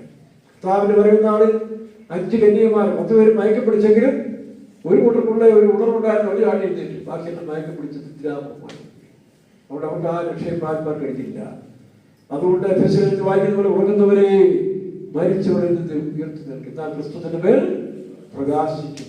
ആരാണ് പ്രകാശിക്കും? ദൈവത്തിന്റെ വചനം. ആ ക്രിസ്തുവിൽ എന്തുണ്ട്? ജീവനും ചൈതന്യവും ജീവനും വെളിച്ചവും. അതെവിടെ ഉണ്ട്? വചനത്തിലുണ്ട്. വചനം നന്നായി വായിച്ച് പഠിച്ചോടെ കാലത്ത് അത്യാവശ്യം ന്യൂസുകളെല്ലാം കാണണം, പക്ഷെ എപ്പോഴും നമ്മൾ വചനത്തെ ധ്യാനിക്കും. ഞാൻ ഓഡിയോ വെച്ചിട്ടുണ്ട്, ബൈബിള് നോക്കുന്നുണ്ട്. കാരണം വചനം നമുക്ക് അതാണ് നമ്മുടെ ആധാരം. മറ്റൊക്കെ അറിവിന് വേണ്ടി വായിക്കുന്നുള്ളൂ, കാര്യങ്ങൾ അറിയാൻ വേണ്ടി നോക്കുന്നു. പക്ഷെ നമ്മുടെ സ്വന്തം ജീവിതത്തിന് ആധാരമായി നമുക്ക് എന്ത് വേണം? ദൈവത്തിന്റെ വചനം. അത് നമ്മൾ പ്രാർത്ഥിച്ചുകൊണ്ടിരിക്കും. പ്രാർത്ഥിക്കുന്നതിനായി തീരണം. നിങ്ങളുടെ തലകളെ ഉയർത്തുക. ഇതെല്ലാം സംഭവിച്ചു തുടങ്ങുമ്പോൾ ഉണർന്നിരുന്ന് പ്രാർത്ഥിക്കും. ഉണർന്നിരുന്ന് പ്രാർത്ഥിക്കാൻ രാത്രി മുഴുവൻ ഉറക്കം കളിച്ച് പ്രാർത്ഥിക്കുന്നല്ല എൻ്റെ അർത്ഥം. ആ വെളിപ്പാടുള്ളവരായിരിക്കണം എന്നാണ്. അല്ല രാത്രി മുഴുവൻ ഉറക്കം കളിച്ച് പ്രാർത്ഥിക്കാൻ നിങ്ങൾ പറഞ്ഞിട്ടില്ല. നിങ്ങൾ പ്രാർത്ഥിക്കുമ്പോൾ 2 കാര്യങ്ങളുണ്ട്. ഒന്ന്, ഉണർന്നിരുന്ന് പ്രാർത്ഥിക്കുക. അതിന്റെ അർത്ഥം കാര്യങ്ങളെ ഗ്രഹിച്ച് മനസ്സിലാക്കിക്കൊണ്ട് പ്രാർത്ഥിക്കണം. മറ്റൊന്ന് ഏകാഗ്രതയോടെ. അതാണ് അറയിൽ കയറി ഇരിക്കാൻ പറയും. ഏകാഗ്രതയോടായിരിക്കും. നിങ്ങളുടെ ഏകാഗ്രത. ഏകാഗ്രതയെ പറ്റി അത് ഉദാഹരണം പറ. ഒരു സൂചി ഒരു തൂര് പോകുന്ന സമയത്ത് തീർന്നു എവിടെ ചോദിച്ചു കൃത്യമായിട്ട് ആ സൂചിയുടെ ഓട്ടയിൽ കൂടെ നമ്മൾ ശ്രദ്ധിച്ച് സൂക്ഷ്മതയിൽ നടത്തും. അപ്പൊ ഇതുപോലെ പ്രാർത്ഥനയുടെ ഏകാഗ്രത നമുക്ക് ആവശ്യമാണ്. അതാണ് ഏകാഗ്രതയോട് പ്രാർത്ഥിക്കുക. അപ്പൊ 3 കാര്യങ്ങൾ: ഏകാഗ്രതയോട് പ്രാർത്ഥിക്കണം, പിന്നെ കാര്യങ്ങളെ ഗ്രഹിച്ച് പ്രാർത്ഥിക്കണം, ചുമ്മാതെ ഒരു ജൽപ്പനം ചെയ്ത് പ്രാർത്ഥിക്കുക. അപ്പൊ 1 ഏകാഗ്രതയോട് പ്രാർത്ഥിക്കണം, 2 കാര്യങ്ങളെ ഗ്രഹിച്ച് നാം പ്രാർത്ഥിക്കണം. അപ്പൊ ആ പ്രാർത്ഥന അനുഭവം നമ്മൾ ഉണ്ടാകണം. രണ്ടാമതായിട്ട് ദൈവത്തിന്റെ വചനങ്ങൾ വായിക്കുമ്പോൾ പ്രകാശിക്കുക. അവരുടെ വചനം പ്രകാശപരമാണ്. അത് നമ്മുടെ ഹൃദയങ്ങളെ പ്രകാശിപ്പിക്കുകയും സന്തോഷിപ്പിക്കുകയും ചെയ്യും. അങ്ങനെ നാം മുമ്പോട്ട് പോകുമ്പോൾ നമ്മളും ന്യായവിധി വിളിക്കും. ഇനി ലോകത്തിൽ വരുന്ന ന്യായവിധി മാത്രമല്ല, 2 പത്രോസ് 3-ാം അധ്യായത്തിൽ വരുമ്പോൾ ഈ ലോകത്തിൽ വലിയ ന്യായവിധി എല്ലാം കത്തി എരിയുന്ന സമയം വരാൻ പോവുകയാണ്. നോക്കണം, വായിച്ച്. ആകാശം കൊടുമുഴക്കത്തോടെ ഒഴിഞ്ഞു പോകും, ഭൂമി അതിന്റെ കർത്താവിന്റെ ദിവസമോ കളനെ പോലെ വരും. അന്ന് ആകാശം കൊടുമുഴക്കത്തോടെ ഒഴിഞ്ഞു പോകും. മൂലപദാർത്ഥങ്ങൾ കത്തി അഴുകുകയും ഭൂമിയും പത്രോസ് എഴുതുമ്പോൾ പത്രോസ് സയൻസിൽ എഴുതുന്നൊന്നും ആയിരുന്നില്ലല്ലോ. പക്ഷെ ആത്മാവ് എഴുതിയാണ് elements are burned. Elements atom, neutron, proton, electron അടങ്ങിയതായ ഈ ആറ്റമിക് സംവിധാനങ്ങളൊന്നും കണ്ടുപിടിച്ചിട്ടില്ല. അപ്പൊ അതുപോലെ ആത്മാവിൽ പറയാണ് ഈ കാണുന്ന മനുഷ്യന്റെ നിർമ്മിതമായി. ഇതിപ്പോൾ സൗദി അറേബ്യ പാകിസ്ഥാനെ ആശ്രയിച്ചിരിക്കുകയാണ്. അപ്പൊ പാകിസ്ഥാനോട് ഇപ്പം അഫ്ഗാൻ യുദ്ധം ചെയ്തപ്പോൾ സൗദിയോട് ചോദിച്ചു, നിങ്ങളെന്താ അവരെ സഹായിക്കാൻ? നിങ്ങൾ എഗ്രിമെന്റ് എന്താ? പാകിസ്ഥാൻ യുദ്ധം ചെയ്താൽ ഞങ്ങൾ സഹായിക്കും, ഞങ്ങൾ പ്രശ്നമുള്ള നീ സഹായിക്കുന്ന എഗ്രിമെന്റ് കൊടുത്തെങ്കിലും പാകിസ്ഥാൻ യുദ്ധത്തിൽ ഇത് സൗദി അറേബ്യ ഒന്നും ചെയ്തില്ല. അപ്പൊ അവർ ഞങ്ങൾ അതിനല്ല, അവിടുത്തെ ആറ്റം ഇന്ന് മുസ്ലിം ഇസ്ലാമിക രാജ്യങ്ങളിൽ ആണവ ആയുധങ്ങളുള്ള ഏക രാജ്യം പാകിസ്ഥാനാണ്. അപ്പൊ അതിനാണ് ഞങ്ങൾ എഗ്രിമെന്റ് ചെയ്തിരിക്കുന്നത്. ഇന്ത്യയിലെ വിദേശകാര്യമന്ത്രി ചോദിച്ചു, നിങ്ങളിങ്ങനെ ഞങ്ങൾക്കെതിരായിട്ടാണോ? അല്ല, നിങ്ങൾക്ക് പാകിസ്ഥാനെ ആക്രമിക്കാൻ ഞാൻ വിഷയമില്ല. ഞങ്ങൾ പാകിസ്ഥാനുമായിട്ട് ആണവം, കാരണം ഞങ്ങൾക്കൊരാവശ്യം, ഇസ്രായേല് നാളെ ഞങ്ങളുടെ മേൽ എന്തെങ്കിലും വന്നു കഴിഞ്ഞാൽ പാകിസ്ഥാൻ ഞങ്ങൾക്ക് ആണവ ബോംബ് തരണം, ഇസ്രായേൽ തരണം, എത്രയേ ഉള്ളൂ. അപ്പൊ ആണവ ആ നശീകരണം ലോകത്തിൽ എല്ലായിടവും നടക്കുന്നുള്ളതാണ്. പക്ഷെ അത് അവസാന കാലങ്ങളിലാണ്. കർത്താവിന്റെ വരവിന്റെ നാളുകൾ കുറെ എണ്ണം സംഭവിക്കും, അവസാന നാളുകൾ സംഭവിക്കും. ഇതെല്ലാം കൃത്യമായിട്ട് വേദത്തിൽ എഴുതിയിരിക്കുകയാണ്. അപ്പൊ ഇത് കണ്ട് നാം എന്ത് ചെയ്യണം? ഇനി വലിയ പദ്ധതികളൊന്നും നമ്മൾ ഇടാൻ പോകണ്ട. ദൈവം നടത്തുന്നതുപോലെ ഉള്ളത് തൃപ്തിപ്പെട്ട് നമ്മുടെ കുടുംബം, നിങ്ങൾ സഭയെ പറ്റി ചിന്തിക്കേണ്ട, ഇരുപ്പല്ലൂരിനെ ചിന്തിക്കേണ്ട, കട്ടപ്പനയെ ചിന്തിക്കേണ്ട, നമ്മുടെ വൈദ്യുവിനെ പറ്റി ചിന്തിക്കാൻ വേണ്ട. എന്ത് ചെയ്യണം? അവനവന്റെ കുടുംബം മാത്രം ശ്രദ്ധിച്ചാൽ മതി. നാളെ പിണറായി വിജയൻ എന്ത് സംഭവിക്കും, നാളെ കോൺഗ്രസ് വരുമോ, അതൊക്കെ പറഞ്ഞിട്ട് എന്റെ കുടുംബത്തിന് എന്ത് സംഭവിക്കും, എനിക്കെന്ത് സംഭവിക്കും, ഈ ഒരൊറ്റ ചിന്ത മാത്രം മതി. ബാക്കി സാമൂഹിക ജീവികളായിരുന്നു നമുക്ക് അങ്ങനെ ഒരു ബന്ധവും കൂട്ടായ്മ ആവശ്യമാണ്, അത് വേണ്ടതില്ല. പക്ഷെ ബേസിക്കലി അതാണ് ഞാൻ തന്നെ വഴിയും സത്യവും ജീവനും. അവിടെ തുടങ്ങണം. യേശു അതാ പഠിപ്പിച്ചത്. യേശുവിന് മാത്രമല്ല, നമ്മളും അതേ കണ്ടീഷൻ, ഞാൻ തന്നെ വഴിയും സത്യം, ഞാൻ പുനരുത്ഥാനവും, ഞാൻ ഉപ്പാവുന്നു, ഞാൻ വെളിച്ചമാകുന്നു, ഞാൻ ജീവന്റെ സത്യം പറഞ്ഞു. ആ പോയിന്റ് നമ്മിലേക്ക് കൊണ്ടുവരണം. അത് മറ്റുള്ളവർക്ക് കൊടുക്കാൻ കഴിഞ്ഞ കാലങ്ങളിൽ നമ്മൾ മറ്റുള്ളവർക്ക് വിതരണം ചെയ്തെങ്കിലും ഇനി അത് നമ്മളിലേക്ക് കൊണ്ടുവരണം. സ്വന്തം ജീവിതത്തിലേക്ക് കൊണ്ടുവന്നതിന് ശേഷം അത് നമ്മുടെ കുടുംബത്തിൽ അപ്ലൈ ചെയ്താൽ മാത്രം. അപ്പൊ നാം പോകുന്ന സ്ഥലത്ത് ഓട്ടോമാറ്റിക്കലി വിളിച്ച് പ്രകാശിപ്പിക്കാൻ കഴിയും. കേട്ടോ, ഞാൻ പറഞ്ഞ് മനസ്സിലാകുന്നു. നിങ്ങളുടെ കുടുംബവും ഫസ്റ്റ് അത് മാത്രം ചിന്തിച്ചാൽ അവിടെ ഈ അനുഭവങ്ങളെ കാത്തു സൂക്ഷിക്കാമെങ്കിൽ നിങ്ങൾക്ക് ഈ സമാധാനം സൂക്ഷിക്കാനും വരുന്ന അനർത്ഥ ദിവസങ്ങളിലെല്ലാം വിടുവിക്കപ്പെടും. ദൈവരാജ്യം എന്ന് പറഞ്ഞാൽ പാട്ടുകൂത്ത് മാത്രമല്ലല്ലോ, പാട്ടും തുള്ളൽച്ചാട്ടമാണോ?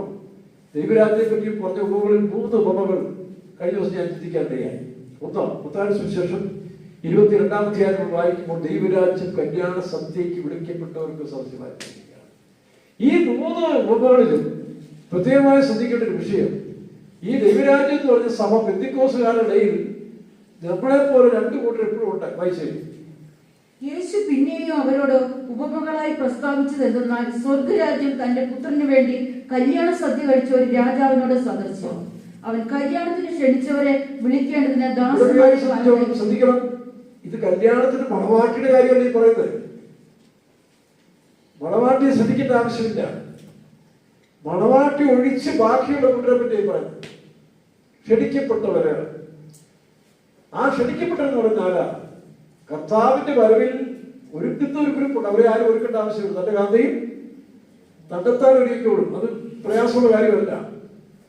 ഇതിപ്പോ സ്കൂളിൽ പഠിക്കുമ്പോൾ അറിയാമല്ലോ, നല്ല ക്ലാസ് മാർക്കിന് വേണ്ടി അല്ലെങ്കിൽ റാങ്ക് ഹോൾഡേഴ്സിന് വേണ്ടി പഠിക്കുന്നവർ അവർ തന്നെ റിസ്ക് എടുത്ത് പഠിച്ചോളും. അവരെ വേറെ ആരും ഗൈഡ് ചെയ്യേണ്ട ആവശ്യമില്ല. പക്ഷേ രണ്ടാമത്തെ ഒരു ഗ്രൂപ്പുണ്ട്, സാറന്മാർ വിടാ, നീ ശ്രമിച്ചാൽ രക്ഷപ്പെടും, നീ പരിശ്രമിക്കാമെങ്കിൽ കിടന്ന് അവരോട് ബുദ്ധിമുട്ട് കൊണ്ട്, പക്ഷെ പരിശ്രമിക്കണം. അവർക്ക് വേണ്ടിയാണ് ഈ ടീച്ചിങ് എല്ലാം. നമ്മുടെ സഭകളിലും ഈ ആദ്യ ഫലങ്ങളൊന്നും ഉപദേശിക്കേണ്ട ആവശ്യമില്ല. അവർ യഹോവയാൽ ഉപദേശിക്കപ്പെട്ടവർ അവർ നടത്തപ്പെടുകയും ചെയ്യും. എന്നെ അനുഭവിക്കറിയാം, എന്നെ ആരും ഉപദേശിച്ചിട്ടല്ല. ആരംഭ കാലങ്ങളിൽ എനിക്കത് ഉപദേശം അറിയാമോ, തീക്ഷണത്തിൽ കൂടി പോകുന്നു. ഇങ്ങനെ പോയ ആരംഭ സുഹൃത്തുമാണ് എവിടെയും തട്ടി വീഴും. ഞാൻ ഉപവാസം കൊടുക്കും, പ്രാർത്ഥിക്കും, രാത്രി മുഴുവൻ പ്രാർത്ഥന സമയമുണ്ട്. അങ്ങനെ പ്രാർത്ഥിച്ച് exercise body, gymnastic body develop ചെയ്ത സമയത്താണ് രക്ഷിക്കപ്പെടുന്നത്. ആ സമയത്തിൽ എൻ്റെ ഫാദർ എൻ്റെ ബോഡി എക്സസൈസിന് വേണ്ടി ജിമ്മിൽ പോകാൻ സമയമില്ലാത്തതുകൊണ്ട് ആ 4 ഐറ്റംസും ചെയ്ത് ഞാൻ താമസിക്കുന്ന ദിവസം താമസിക്കുന്നത് അടുത്ത മുറിയിലിട്ട് ഞാനും ഒരു ദേവിയിലേക്കൊക്കെ പോയ ശശികുമാർ എന്നൊരു നായകൻ ഞങ്ങളുടെ കൂടെയാണ് എക്സസൈസ് ചെയ്യുന്നത്. ഒരു മണിക്കൂർ എക്സസൈസ് ചെയ്യും. അങ്ങനെ ബോഡി ബിൽഡപ്പ് ചെയ്തൊരു കാലം ഉണ്ടായിരുന്നു. അത് ആ സമയത്ത് രക്ഷിക്കപ്പെട്ട് കഴിയുമ്പോൾ അതെല്ലാം മാറി. ഫാദർ വലിയ സന്തോഷമായി. ഉപവാസ പ്രാർത്ഥനയായപ്പോൾ ക്ഷീണിക്കാൻ തുടങ്ങി. ശരീരമായിട്ട് ചെയ്ത ക്ഷീണം, രാത്രി ഉറക്കമില്ല, പ്രാർത്ഥന, ഇതെല്ലാം പുള്ളി സഹിക്കാൻ പറ്റില്ല. അപ്പം ശരീരം ഡെവലപ്പ് ചെയ്യാൻ പുള്ളി പ്രോത്സാഹനം തന്നു. പക്ഷെ പിന്നീട് ഞാൻ അദ്ദേഹത്തിന് പ്രോത്സാഹനം കൊടുത്ത് തന്നെ ആത്മീയത്തിലേക്ക് കൊണ്ടുവരേണ്ടതായിരുന്നു. അപ്പൊ ഈ കാര്യം ശ്രദ്ധിച്ചോ. അപ്പൊ ഇവിടെ നമ്മൾ വായിക്കുന്നത് ഇത് കല്യാണത്തിന് മണവാട്ടിയുടെ കാര്യമാണ്. മണവാട്ടിയെ ആരും പ്രത്യേകിച്ച് പറഞ്ഞിട്ട് അവർ തന്നെ ഒരുക്കിക്കോളും. ഏതാ തന്നെ ഒരുക്കിക്കോളും. ഇവിടെ കേസിയപ്പം പറഞ്ഞ പോലെ നല്ല കാളെ നടത്തേണ്ട ആവശ്യമില്ല, അതിനറിയാം. ചില സമയത്ത് വഴിയൊന്ന് കാണിച്ചാൽ അത് കറക്റ്റായിട്ട് പോകുള്ളൂ. ചിലതിനെ അടിച്ച് പൊട്ടിച്ച് തുടകൂടെ പൊട്ടിച്ച് അവിടെ രക്തം വരുന്ന സ്ഥലത്ത് ആ മാംസത്തെ അടിച്ചുകൾ ചിലത് മനസ്സിലാക്കും. ഇതൊക്കെ നമ്മുടെ ഇടയിലുള്ള റൈറ്റുള്ള വിശ്വാസികളും പലക്കാരുമുണ്ട്. ഒരു കാര്യം ഓർത്തോളം, വെളിപ്പാട് 19-ാം അധ്യായത്തിൽ തന്റെ കാന്തയും തന്നെത്താൻ ഒരുക്കുന്നു. ഈ സഭയെല്ലാം പിന്മാറിപ്പോയി പണ്ടത്തെ അനുഭവം തുമ്പാതാണ്. ഈ ആളൊക്കെ പെരുകി. പണ്ടൊക്കെ ഉള്ളത് നല്ല കാമ്പായിരുന്നു. പക്ഷെ ഇന്നിപ്പം സന്തതിയുടെ തലമുറയും ഇപ്പൊ എത്രാം തലമുറയാണ്? 4-ാം തലമുറയാണ്. പെന്തിക്കോസിൽ 4-ാം തലമുറയാണ്. അവന്റെ വല്യപ്പന്റെ അപ്പനെ എനിക്കറിയാം. എവിടാ? ഉപ്പാറ, ഇല്ലയോ? നിങ്ങൾക്ക് പലർക്കും അറിയാം. അവന്റെ വല്യപ്പൻ ബാബുച്ചാൻ, അവന്റെ അപ്പൻ പ്രിന്റു, ഇപ്പൊ 4-ാം തലമുറയാണ്. അപ്പൊ ഞങ്ങളൊക്കെ സമുദായം ജനിച്ചു എന്നുള്ളത്, ഇവരൊക്കെ സമുദായം പെന്തിക്കോസ് സമുദായം ജനിച്ചാലും ഇവിടെ ഉള്ളൂ. അപ്പൊ ഇതിനകത്ത് പല ആൾക്കാരോട് കൂടി വിചാരിച്ചോണം. ഇതാണ് ഞാൻ ഇന്ന് സംസാരിക്കാൻ പോകുന്നത്. ഇപ്പൊ ദൈവരാജ്യം എന്ന് പറയുന്നത് മണവാളനും മണവാട്ടി. ഈ മണവാട്ടിയെ പ്രത്യേകിച്ച് ആരും ഒരുക്കുക, അവർ തന്നെ ഒരുക്കിക്കോളും. അവരെ ആരും നടത്തേണ്ട ആവശ്യമില്ല. അവർക്ക് ആ വെളിപ്പാടുണ്ട്, അവരതിനുവേണ്ടി ഒരുക്കിക്കോളും. അതാണ് ഈ സിയോനിൽസ് എന്ന് പറയുന്നത്. അല്ലാതെ വെള്ളുപിടിപ്പിട്ടുകൊണ്ട് പെന്തിക്കോസ് വന്നുകൊണ്ട് ഇവിടെ സൂചന സിയോനിൽസിന് നടത്തില്ല. അപ്പോൾ ഇതിനകത്ത് വേറെ പറയുന്നുണ്ട്. അപ്പൊ ദൈവരാജ്യത്തിൽ വായിച്ച 19-ാം അധ്യായത്തിൽ വായിച്ചപ്പോൾ തന്റെ കാന്തയും തന്നത്തെ വായിച്ച 19-7-8 വെളിപ്പാട് 19-7-8 നാം സന്തോഷിച്ച് ഉല്ലസിച്ച് അവന് മഹത്വം കൊടുക്കുക. കുഞ്ഞാടിന്റെ കല്യാണം വന്നുവല്ലോ, അവന്റെ കാന്തയും തന്നെത്താൻ ഒരുക്കി. ലോകം മുഴുവൻ ഒരു കാര്യം ഓർത്തോണം.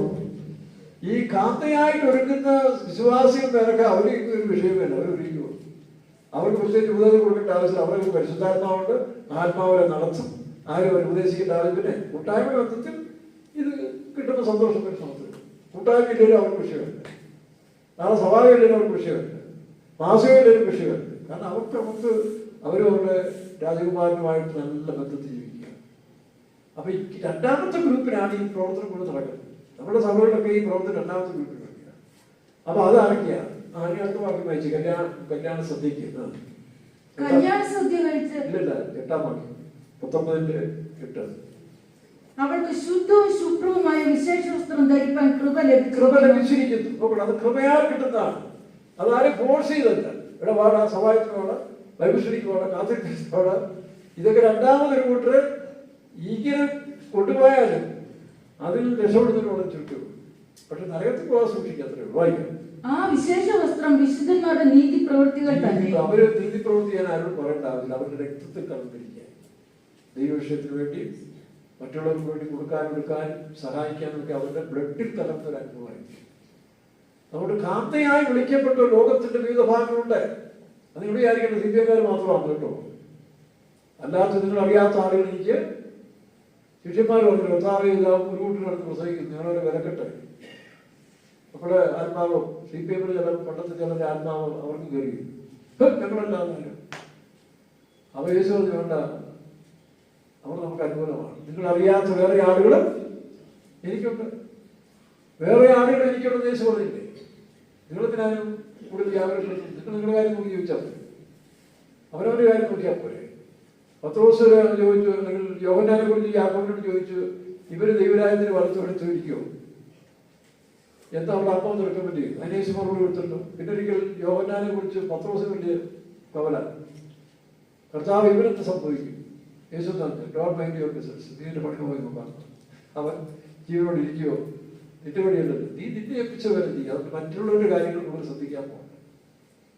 ചിലപ്പോൾ ഞാൻ ഈ പണിക്കാരെ ശ്രദ്ധിക്കാറുണ്ട്. ഈ പണി ചെയ്യുന്നവരിൽ ചിലര് അവർ പണി ചെയ്യുന്നതാണ് പണി ചെയ്യുന്നവർ നോക്കിക്കൊണ്ടിരിക്കുന്നത്. എനിക്ക് തോന്നുന്നത് ഈ കേരളത്തിലൊരു നോക്കൂലി സംവിധാനത്തിലുണ്ടല്ലോ, കേരളത്തിലുണ്ട് നോക്കൂലി പോലെ, നോക്കി നിൽക്കുന്ന കൂലി പറഞ്ഞ പോലെ ഈ പണി ചെയ്യുന്നവർ തന്നെ ചിലരെ കണ്ടിട്ടുണ്ട്. അവർ പണി ചെയ്ത് അവനോട് ഏൽപ്പിച്ച് പണി ചെയ്യാന്നുള്ളതല്ല, ചെയ്യുന്നവർ നോക്കിക്കൊണ്ടിരിക്കും. അതൊരു അപകടമുണ്ട്. അതുകൊണ്ട് ഏത് സ്ഥാനത്ത് പണിക്ക് ജോലിക്ക് പോയാൽ അവനവനെ ഏൽപ്പിച്ച് ഒരു കൃത്യമായിട്ട് ചെയ്യുമ്പോൾ അത് ചെയ്യുന്നവർ നോക്കിയെന്നുകൊണ്ട് ഇറങ്ങുന്നില്ല, നിന്നെ ഏൽപ്പിച്ച് ജോലി ചെയ്യുക, അതാണ്. അപ്പൊ ഇവിടെയും നമ്മൾ നോക്കുമ്പോൾ വായിക്കാം, വിശുദ്ധന്മാരുടെ നീതി പ്രവർത്തികൾ തന്നെ. അടുത്തത്, ആ വിശേഷ വസ്ത്രം വിശുദ്ധന്മാരുടെ നീതി പ്രവർത്തികൾ തന്നെ. പിന്നെ അവൻ എന്നോട്, ശ്രദ്ധിക്കുക, രണ്ടാം സ്റ്റേജിലേക്ക് വരികയാണ്. പിന്നെ അവൻ എന്നോട്, കുഞ്ഞാടിന്റെ കല്യാണ സദ്യക്ക് ക്ഷണിക്കപ്പെട്ടവർ ഭാഗ്യവന്മാർ. ദൈവരാജ്യം എന്ന് പറഞ്ഞ കാന്ത മാത്രമല്ല കേട്ടോ. TPM-നും ശുശ്രൂഷക്കാർ ഓർത്തോളം, നിങ്ങളുടെ ശുശ്രൂഷ കൊണ്ട് ഒരു കൂട്ടര് കാന്തയായി തീരുമെന്നുള്ളത് ഒരു ഭാഗം മാത്രമേ ഉള്ളൂ. കാരണം കാന്ത തന്നെത്താൻ ഒരുങ്ങുന്നതാണ്. പിന്നെ നമ്മുടെ പ്രവർത്തനം കൊണ്ട് ഈ രണ്ടാം ഗ്രേഡിനെ തല്ലിപ്പഴിപ്പിച്ച് ഓരോരുത്തരെ കൊണ്ടുപോകുക, അല്ലെങ്കിൽ അവരെ പറഞ്ഞ ഫോഴ്സ് ചെയ്ത്, അല്ലെങ്കിൽ നിയമങ്ങൾ വെച്ചുകൊണ്ട് കുതിരയ്ക്ക് ചമ്മട്ടിയും ഈ ഇതും വയ്ക്കുന്ന പോലെ മുഖപ്പെട്ട വെച്ചുകൊണ്ട് ജനങ്ങൾ നടത്തുന്നേ, അങ്ങനെ എന്തെങ്കിലും രക്ഷപ്പെടും. ഈ മിനിസ്റ്ററി നമ്മൾ ചെയ്യുന്നത് അല്ല. കാന്തിയെ ഒരുക്കാൻ ആരും വലിയ പരിശ്രമം ചെയ്യേണ്ട ആവശ്യമില്ല, അവർ ഒരുക്കിക്കോളും. പിന്നെ അതിനുള്ള മെസ്സേജ് നടത്തിപ്പോകുന്നുണ്ടല്ലോ. ഓക്കെ, അപ്പം ഇനി നമുക്ക് ആ എക്സാമ്പിളിലേക്ക് വരാം. 22 അധ്യായത്തിൽ വായിക്കുമ്പോൾ ദൈവരാജ്യം കല്യാണ സദ്യക്ക്, കല്യാണത്തിന്റെ മണവാട്ടിയുടെ കാര്യമല്ല പറയാൻ വായിക്കാം. സ്വർഗരാജ്യം തന്റെ പുത്രന് വേണ്ടി കല്യാണ സദ്യ കഴിച്ച ഒരു രാജാവിനോട് സദൃശ്യം. അവൻ കല്യാണത്തിന് ക്ഷണിച്ചവരെ വിളിക്കേണ്ടതിന് ദാസന്മാരെ പറഞ്ഞു. മണവാട്ടിയെ ക്ഷണിക്കേണ്ട ആവശ്യമില്ല, മണവാട്ടി ഒഴിവാക്കാം. ലോകം മുഴുവനും ഒരു കൂട്ടം വിശുദ്ധന്മാർ എന്ത് ചെയ്യുന്നു? പറന്നുയരാൻ കാത്തിരിപ്പുണ്ട്. അവരെ പറ്റി ആരും പാലപ്പെടണ്ട. അവരുടെ സഭ ഒരിക്കലും പിന്മാറി പോകത്തില്ല. ഏത് കാലഘട്ടം വന്നാലും ശരി. 1979 മാവേലിക്കര കല്ലുമല കുഞ്ഞുമോൻ ഭാഷയുടെ ഞങ്ങളെന്നെ വലിയ സ്നേഹിതരായിരുന്നു. ഞാൻ രക്ഷിക്കപ്പെട്ട സമയത്ത് പരിചയപ്പെട്ടു. നമ്മളൊരു വേറെ ബന്ധമുണ്ട്. അങ്ങനെ തൻ്റെ മീറ്റിങ്ങിനൊക്കെ ഞാൻ പോയി ഒരു പ്രസംഗത്തിന് ഒരു ബന്ധമുണ്ട്. താൻ എന്നെ വിളിക്കുകയും ഞങ്ങൾ ഉപവാസ പ്രാർത്ഥനയ്ക്കും കൺവെൻഷനൊക്കെ പോയി. ചിലപ്പോൾ എന്നോട് പ്രസംഗിക്കാൻ പറയും, പൈസ പറയും, വിശ്വാസിയായിരിക്കും തന്നെ. തനിക്ക് തൻ്റെ കൂടെ എന്നെ നിർത്തുന്നത് വലിയ താല്പര്യമായിരുന്നു. എനിക്ക് ഈ വെളിപ്പാടുള്ളതുകൊണ്ട് ഞാൻ പറഞ്ഞു, എനിക്കിങ്ങനെ അപ്പോസ്തലിക വേല ചെയ്യണം താല്പര്യം. അങ്ങനെ കൂടി വളരെ സന്തോഷമായിട്ട് പോകാൻ പറഞ്ഞു. അപ്പം ചിന്തിച്ചു നോക്കുക, ആ സമയത്ത് ഒരു ഇതിൽ നമ്മളെ വിട്ട് ഈ സമയത്ത് മാറി പ്രവർത്തിക്കുന്ന ഒരു ടൈലർ യാക്കോച്ചാൻ എന്ന് പറഞ്ഞൊരു യാക്കോച്ചാൻ ഭയങ്കര പണ്ഡിതനായ മനുഷ്യനായിരുന്നു. ബൈബിൾ സ്കോളറായിരുന്നു. തൻ്റെ മുമ്പിൽ ഒരു മനുഷ്യൻ നിൽക്കത്തില്ല. അതുപോലെ ബൈബിൾ ജ്ഞാനമുള്ളൊരു മനുഷ്യനാണ്. പക്ഷേ ഏതോ കാര്യത്തിൽ താനെ ഒരു പാർഷന്മാരുമായിട്ട് ഇടച്ചുണ്ടായി താൻ സ്വതന്ത്രമായിട്ട് പ്രവർത്തിക്കാൻ തുടങ്ങി. താൻ അതേ പ്രതീക്ഷയിൽ തന്നെ അവസാനം വരെ നിന്ന് കണ്ടു. അപ്പൊ അങ്ങനെ പ്രവൃത്തി സമയത്ത് ഈ കല്ലുമല ഒരു വലിയൊരു 20 ദിവസം ഉപവാസം പ്രാർത്ഥന, ഞങ്ങൾ പോയി 2 ദിവസം പ്രാർത്ഥിക്കാൻ ഒരു മീറ്റിംഗ് ഉണ്ടായിരുന്നു. അപ്പൊ ഈ അപ്പച്ചനെ പരിചയപ്പെട്ടു, ടേബിൾ അപ്പച്ചനെ പരിചയപ്പെട്ടിട്ട് അദ്ദേഹം പറഞ്ഞു, മോനെ മക്കളെ, CPM ശ്രേഷ്ഠമാണ്, പക്ഷെ അന്നത്തെ CPM ഇല്ല. ഇവിടെ പറയാം, അന്നത്തെ CPM അല്ല, പണ്ടത്തെ CPM ഇപ്പൊ ഇല്ല എന്ന് പറഞ്ഞ് പുള്ളിയെ നീതിയിരിക്കാൻ തുടങ്ങി. ഞങ്ങളൊന്നും പുതിയ വന്നിട്ടേ ഉള്ളൂ. 1 വർഷം പോലും ആയില്ല വിശ്വാസം എന്നിട്ട്, സമുദായത്തിൽ 1 വർഷം പോലും ആയില്ല. പക്ഷെ പരിശുദ്ധാത്മാവ് ഉള്ളതുകൊണ്ട് ഇവിടെയും നമുക്കൊരു ആൻസർ കയ്യിലുണ്ടായി. അതാണ് രസം. ഒരുപാട് പരിപാടികൾ തർക്കിക്കുകയും പതനങ്ങൾ ഇതൊക്കെ ചെയ്യുന്നെങ്കിലും ഒരിടത്തും നമുക്ക് താഴെ പോയിട്ട് കാരണം പരിശുദ്ധാത്മാവ് എല്ലാ സ്ഥലത്തും നമ്മളെ തളർത്തുമായിരുന്നു. അപ്പൊ ഈ അപ്പച്ചൻ പറഞ്ഞു, പണ്ടത്തെ CPM അല്ല. അതിന് പുള്ളി ഒരു വേർഡ് ഉപയോഗിച്ചത്, ഇത് CPM എന്ന് പറഞ്ഞാൽ ചതഞ്ഞ് പറഞ്ഞ മിഷനാണ്. ചതഞ്ഞ പറഞ്ഞ മിഷൻ. അപ്പോൾ നിങ്ങൾ അതിനകത്ത് നിന്നാൽ നിങ്ങളെ പോലുള്ള ഒരു ശ്രേഷ്ഠരാകത്തെന്ന് പറഞ്ഞു. ഇപ്പൊ ഞാനോട് ചോദിച്ചു, ശരി അതൊക്കെ ഇരിക്കട്ടെ, ചതഞ്ഞതോ പറഞ്ഞതോ നമുക്ക് നോക്കേണ്ട ആവശ്യമില്ല. മറ്റൊരു വേർഡ് കൂടി ഞാൻ കേട്ടുകൊണ്ടെന്ന് പറഞ്ഞതാണ്. CPM-നെ പറ്റി ഞാൻ വേറൊരു വേർഡ് വിശുദ്ധന്മാരിൽ കേട്ടിട്ടുണ്ട്, ക്രിസ്ത്യൻ പെർഫെക്റ്റ് മിഷൻ. അപ്പച്ചനത് ചതഞ്ഞ് പറഞ്ഞതായി മാറിയെങ്കിൽ ഇപ്പോഴും അവിടെ ക്രിസ്ത്യൻ പെർഫെക്റ്റ് മിഷൻ എന്ന് പറയുന്ന ഒരു അനുഭവം ഉണ്ടെന്ന് തോന്നുന്നു. ശരി, അത് രണ്ടും പോട്ടെ. ഇനി നമുക്ക് വചനത്തിലേക്ക് വരാം. ഞാൻ വളരെ മെച്ചമാണ്.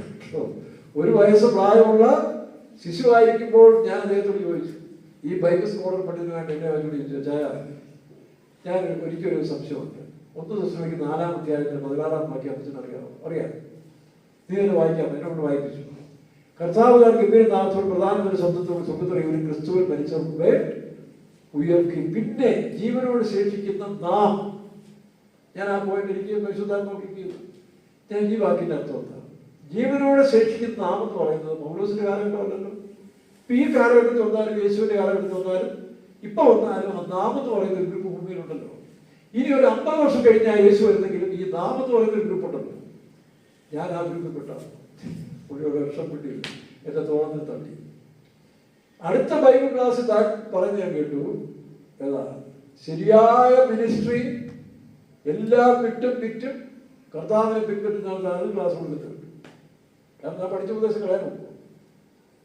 അപ്പൊ എന്ന് പറഞ്ഞ പോലെ ഒരു കാര്യം ഓർത്തോളം, കർത്താവായ യേശുക്രിസ്തുവിനെ 50 വർഷം കഴിഞ്ഞ് വന്നാൽ ഈ വചനത്തിന്റെ അടിസ്ഥാനത്തിൽ ഭൂമിയിൽ ഒരു കൂട്ടം ആളുകൾ രൂപാന്തരപ്പെടാറുണ്ട്. നീ പിന്മാറിപ്പോയെങ്കിൽ ഇപ്പൊ ആറ് കൂട്ടം.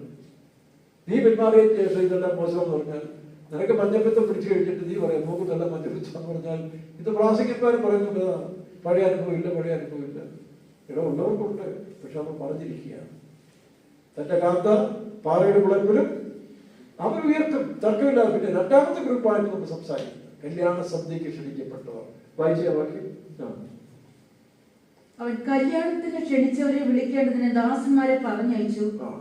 അവർക്ക് വരുവാൻ മനസ്സായില്ല. ഇതാണ് കാര്യമാണ്.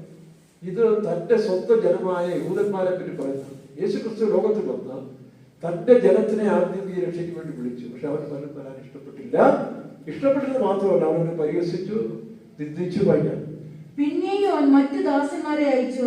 എന്റെ മുത്താഴി ഒരുക്കി തീർന്നു, എന്റെ കാളകളെയും ദാസന്മാരെ അയക്കുന്നത് തന്റെ പ്രവാചകന്മാര്, തന്റെ ശുശ്രൂഷകരെ പഴയ കാലത്തിൽ ന്യായപ്രമാണ കാലത്തിലൊക്കെ അയച്ചുകൊണ്ടേയിരിക്കും.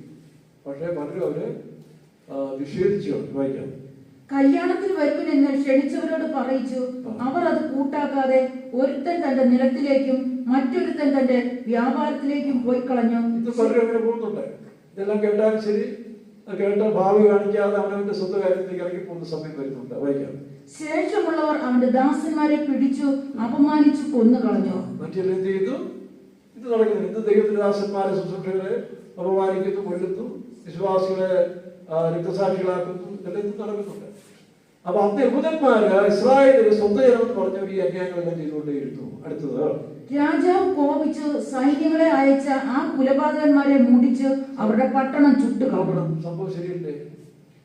യേശുക്രിസ്തു പറഞ്ഞ വാക്ക് അക്ഷരം പ്രതി യഹൂദൻ നിറവേറി. എപ്പോഴാണ് യേശു യെരൂശലേമിനെ നോക്കി അവസാനം പറഞ്ഞു, ഇത് കല്ലിന്റെ കല്ല് ശേഷിക്കാതിരിക്കപ്പെടും. സൈന്യങ്ങൾ നമ്മുടെ ആ വാക്യം അതുപോലെ തന്നെ നിറവേറി. AD 70 തീത്തോസ് രാജയുടെ കൈസറുടെ നേതൃത്വത്തിൽ ഇസ്രായേല് വളഞ്ഞു പിടിച്ച് ഈ പറഞ്ഞ പോലെ സൈന്യം ഇസ്രായേലിനെ വളഞ്ഞ് അതിനെ ആക്രമിച്ച് കീഴ്പ്പെടുത്തി. അപ്പോൾ ആരാണ് പറഞ്ഞു, ഇതിന്റെ അടിസ്ഥാനത്തിൽ ഒരു സ്വർണം കുടിച്ചിട്ടുണ്ടോ? അടിസ്ഥാനത്തിൽ സ്വർണം, ഒരു ഇരുപ്പോട് കലക്കുണ്ടാക്കി ആനയെ കൊണ്ടുവന്ന്, ആഫ്രിക്കയിൽ നിന്ന് ആനയെ കൊണ്ടുവന്ന് അതിന്റെ അടിസ്ഥാനം ഉഴുത് മറിക്കണം. അപ്പൊ തീ വെച്ചിട്ടു. ഇത് യേശുക്രിസ്തു പറഞ്ഞ വാക്യം യഹൂദന് അക്ഷരമായി സംഭവിച്ചു. അടുത്തത്, പിന്നെ അവൻ ദാസന്മാരോട് കല്യാണം ഒരുങ്ങിയിരിക്കുന്നു, ക്ഷണിക്കപ്പെട്ടവർ യോഗ്യരായില്ല. നിങ്ങളെ കുറി അടിക്കുമ്പോഴേ ഈ വാക്ക് ചേർക്കും കേട്ടോ. കുറി അടിക്കുമ്പോൾ ഈ വാക്ക് ചേർക്കതാ, കല്യാണം ഒരുക്കിയിരിക്കുന്നു. പോരാ, അത് നല്ല വാക്കിയതിനകത്തോട്ടെ വായിക്കാം. ആകയാൽ വഴിത്തരക്കിൽ ചെന്ന് കാണുന്നവരെ നമ്മളെ കുറിച്ചുള്ള വിളി. യഹൂദന്റെ കഴിഞ്ഞപ്പോൾ അവന്റെ അനുസരണകൾ കാണിച്ചപ്പോൾ വഴിത്തരയ്ക്കൽ, അതായത് ഇതുമായി സംബന്ധമില്ലാത്ത പുറജാതികളായി നമ്മെ കർത്താവ് സ്വീകരിക്കാൻ തയ്യാറായി. ഒന്നാമത് രക്ഷ യഹൂദനായി കൊടുക്കേണ്ടത് ആവശ്യമായിരുന്നു. കാരണം അവരാണ് വാഗ്ദത്ത സത്യതയെ കാത്തിരുന്നവർ. അന്യജാതിക്കാർ അല്ലെങ്കിൽ അന്യജാതികൾക്ക് അതില്ല. ഒരു വാഗ്ദത്ത സത്യത കാത്തിരുന്നവർക്ക് ആദ്യം ഇൻട്രൊഡ്യൂസ് ചെയ്തു. അവർ ചിലര് സ്വീകരിച്ചു, ചിലര് കളിക്കും. എന്നാൽ രണ്ടാമത് വഴിത്തരയ്ക്കൽ എന്താ? യാതൊരു ലക്ഷ്യബോധമില്ലാതെ, ഭാവി പദ്ധതികളൊന്നുമില്ലാതെ ഇങ്ങനെ വഴിത്തിരക്കൽ തിന്നതായ പുറജാതികളായ മനുഷ്യർക്ക് രക്ഷ സൗജന്യമായി നൽകാൻ തീരുമാനിച്ചു. വായിക്കാം. ആകയാൽ വഴിത്തലയ്ക്ക് ചെന്ന് കാണുന്നവരെയൊക്കെയും കല്യാണത്തിന് വിളിപ്പിനെന്ന് പറഞ്ഞു. അതാണ് പരസ്യങ്ങളിലും സുവിശേഷ പ്രവർത്തനം നടത്തി നമ്മളെ പോലെ പല കുട്ടികളെ ഇതിനകത്ത് വിളിച്ചോണ്ട് വരുന്നു. പക്ഷെ ഈ വരുന്നതിൽ രണ്ട് ഗ്രൂപ്പോട് തോന്നണം. അതാണ് പ്രശ്നം. ഈ വരുന്നവരെല്ലാം ദൈവമക്കളായിട്ട് വരുന്നവരല്ല. ചിലര് വചനം കേട്ട് രക്ഷിക്കപ്പെട്ട് വരുന്നവരുണ്ട്. ചിലര് ആ വിളിയുടെ സന്തോഷത്തിന് ചില നന്മകൾക്ക് കണ്ടുകൊണ്ട് വരുന്നവരുണ്ട്. വായിക്കാം. ആ ദാസന്മാർ പെരുവഴികളിൽ പോയി കണ്ട ദുഷ്ടന്മാരെയും നല്ലവരെയും എല്ലാം കൂട്ടിക്കൊണ്ട് വന്നു. അപ്പം അതുകൊണ്ടാണ് ഈ പെന്തിക്കോസ്ത് സഭ നമ്മൾ ഉദ്ദേശിക്കുന്ന ഒരു കാലം നന്നാകത്തില്ല. മണവാട്ടിയുടെ കാര്യമല്ല, മണവാട്ടി തന്നെത്താൻ ഒരിക്കലും ഈ കൂട്ടിപ്പെടുന്നവരും ഈ പറഞ്ഞ് വിളിക്കപ്പെട്ടവരും മണവാട്ടിയുണ്ടല്ലോ, അവരൊരിക്കും. പക്ഷെ ബാക്കി പ്രശ്നം എന്താണ്? സഭകളിൽ, ക്രിസ്തീയ സഭകളിൽ, പെന്തിക്കോസ്ത് സഭകളിൽ പ്രശ്നം മാറാതിരിക്കുന്നതിന്റെ കാരണം ഈ വിളിച്ചുകൊണ്ട് വരുന്നവരിൽ ആരൊക്കെ ഉണ്ടായി? ദുഷ്ടന്മാരും കണ്ട ദുഷ്ടന്മാരെയും നല്ലവരെയും എല്ലാം കൂട്ടിക്കൊണ്ട് വന്ന് ചിലരെ രക്ഷിക്കപ്പെടാൻ നമ്മളൊരു ആത്മാവിന്റെ വില ലോകം മുഴുവനേക്കാൾ വിലയായതുകൊണ്ട് നമ്മൾ ഒരുത്തിന് എങ്ങനെയെങ്കിലും നേടാൻ എന്ത് ചെയ്യും? അവനെ പുറകെ നടന്ന് രക്ഷയിലേക്ക് കൊണ്ടുവരാൻ വേണ്ടി ആഗ്രഹിക്കും. അവൻ കള്ളം കുടിച്ച് അഭ്യാസം നടന്നില്ലെങ്കിൽ തോന്നിവാസം നടക്കുന്നവർ രക്ഷിക്കണമെന്ന് വിചാരിച്ചു നമ്മൾ ചിലപ്പോൾ പൈസ ചിലവാക്കി, നമ്മുടെ സമയം ചിലവാക്കി, നമ്മുടെ കാരണത്ത് വീഴ്ത്തി, നമ്മുടെ കടലയിൽ കിടത്തി, ഇങ്ങനെ നമ്മളെ മുറിക്കാത്ത കിടത്ത് നമ്മുടെ ടേബിളിൽ ഭക്ഷണം കഴിപ്പിച്ചൊക്കെ കൊണ്ടുപോകും. പക്ഷേ അവരവന്റെ ദുഷ്ടത മാറാതെ കിട്ടുന്ന ആനുകൂല്യങ്ങളെ മാത്രം നോക്കി പോകുന്ന ഒരുപാടില്ല പെന്തിക്കോസ്തുകൾ. വടക്കേന്ത്യയിലൊക്കെ പോയി സുവിശേഷം അറിയിച്ചിട്ട് വെറും പണം കൊടുത്ത് സുവിശേഷത്തിന്റെ മാനസാന്തരപ്പെടാതെ മതം മാറ്റുന്ന ഒരുപാട് അവരൊക്കെയാണ് കുറെ തിരിച്ചു പോകുന്നത്. അല്ലെങ്കിൽ ഈ പറഞ്ഞ പോലെ അടിസ്ഥാനപരമായ യേശുക്രിസ്തു അകത്തിയല്ലാതെ പെന്തിക്കോസ്ത് വരുന്നവരും കുറെ കഴിഞ്ഞ് ചിലർ രക്ഷപ്പെട്ടു പോകുന്നുണ്ട്. ബാക്കിയുള്ളവർ ഈ പറഞ്ഞ പോലെ അവരവരുടെ സ്വഭാവം കാണിക്കും. അത് കാണിച്ചുകൊണ്ട് പറയാൻ പറ്റില്ല. കാരണം ഈ പറഞ്ഞ വിളിക്കപ്പെട്ട പെന്തിക്കോസ്ത് സമൂഹങ്ങളിൽ രണ്ടു കൂട്ടരുണ്ടെന്നുള്ളത് ബേസിക് ഉണ്ടെന്നോ. ഈവൻ സുവിശേഷ വേളയിൽ പോലും ഞങ്ങളെ കൊണ്ടുവരെ വിളിക്കുന്നില്ല. ഈ പറഞ്ഞ പോലെ ആത്മീയ കുടുംബത്തിൽ നേരിട്ട് ഇറങ്ങിയ വിശുദ്ധന്മാരൊന്നും അല്ലല്ലോ. വഴിത്തിലൊക്കെ നിന്ന് എന്നെ പോലെയുള്ള പല പുള്ളികളെ പിടിച്ചിനകത്ത് കൊണ്ട് സുവിശേഷ വേലയ്ക്ക് നീങ്ങോട്ടിരും. ഇതിനാണ് വിശുദ്ധരും നിഷ്കളങ്കനും ആക്കാൻ. നല്ല വിളിയുള്ളവരുണ്ട്, വിളിച്ചുകൊണ്ട് വരുന്നവരുണ്ട്. വിളി കിട്ടി വരുന്നവരുണ്ട്, വിളിച്ചുകൊണ്ട് വരുന്നവരുണ്ട്. ഇതുകൊണ്ടാണ് പെന്തിക്കോസ്ത് നമ്മൾ പ്രതീക്ഷിക്കുന്ന എല്ലാവരും ഒരുപോലെ പ്രതിഫലം കൊടുക്കാത്തതിന്റെ കാരണം നിങ്ങൾ നിങ്ങളുടെ സഭായത്തിന് വാ, അവരിവിടെ നിന്ന് കാണിച്ചു കൊള്ളാനുള്ള അല്ലെങ്കിൽ രോഗസൗഖ്യം കിട്ടി, ക്യാൻസർ സുഖം, എന്നാൽ പിന്നെ പെന്തിക്കോസ്തിൽ പോയേക്കാം. അല്ലെങ്കിൽ സാമ്പത്തിക പ്രശ്നം വന്നപ്പോൾ പ്രാർത്ഥിച്ചിട്ട് സാമ്പത്തികം ദൈവം കൊടുത്താൽ എന്നാൽ പെന്തിക്കോസ്തിൽ പോയേക്കാം. പക്ഷെ അകത്ത് വചനമില്ല. അതുകൊണ്ടാണ് ഇനി ഈ കാലമല്ല, ഏത് കാലത്തും നിങ്ങൾ പെന്തിക്കോസ്ത് സഭയെ നന്നാക്കാൻ പോയാൽ നന്നാകേണ്ടവൻ നന്നായിക്കൊണ്ടേയിരിക്കും. അതുകൊണ്ട് നിങ്ങളുടെ മിനിസ്റ്റർ തുടരണം. നിങ്ങളുടെ പ്രസംഗവും മിനിസ്റ്ററിയുടെ തുടർന്നുകൊണ്ടിരിക്കണം. കേൾക്കാൻ ചെവിയുള്ളവൻ. അവിടെ എല്ലാവരും ഒരുപോലെ നിങ്ങൾ പെന്തിക്കോസ്തുകാരാണെന്ന് ഞങ്ങളുടെ വിശ്വാസികളാണ് വേലക്കാരൻ കണക്കൂട്ടാൻ പോയാൽ നിങ്ങൾ പരാജയപ്പെട്ടു പോകും. വെറുതെ നിങ്ങളുടെ സമയവും പൈസയും നിങ്ങളുടെ ഇതെല്ലാം നഷ്ടപ്പെടുത്തുകയും. എന്നാലും നിങ്ങളൊരു നീതി ചെയ്യണം. എന്താ? ദൈവം ദുഷ്ടന്മാരുടെ പേരും നീതിമാന്മാരും തന്റെ നീതിയെ വർഷിപ്പിക്കും. നിങ്ങൾ സുവിശേഷം അറിയിക്കണം, നിങ്ങൾ കൊണ്ടു കൊടുക്കണം, ഇതൊക്കെ ചെയ്തുകൊണ്ടേയിരിക്കണം. അതൊരു നീതിയാണ്, അത് നിങ്ങളുടെ നീതി. പക്ഷെ അതുകൊണ്ട് അവരെല്ലാം നാളെ പെന്തിക്കോസ്തിൽ വന്ന് രക്ഷിക്കപ്പെടുമെന്ന് അവർ നാളെ നിങ്ങളെ പോലെ സ്വർഗത്തിൽ പോകുന്ന കാര്യം വിചാരിക്കുകയും വേണ്ട. ഈ ക്ഷണിക്കപ്പെട്ടവരിൽ പുതിയ സ്ഥലത്തേക്ക് പോകുന്നവരല്ല. അവർ കല്യാണ സ്ഥിതിക്ക് ക്ഷണിക്കപ്പെട്ടവരായതുകൊണ്ട് അവരിനി അതിനുവേണ്ടി ഒരുക്കപ്പെട്ടവരായിരുന്നാൽ പോലും അവർ പുതിയ സ്വർഗത്തിലേക്ക് പോകുന്നത്. അതൊരു ഭാഗ്യമുണ്ട്.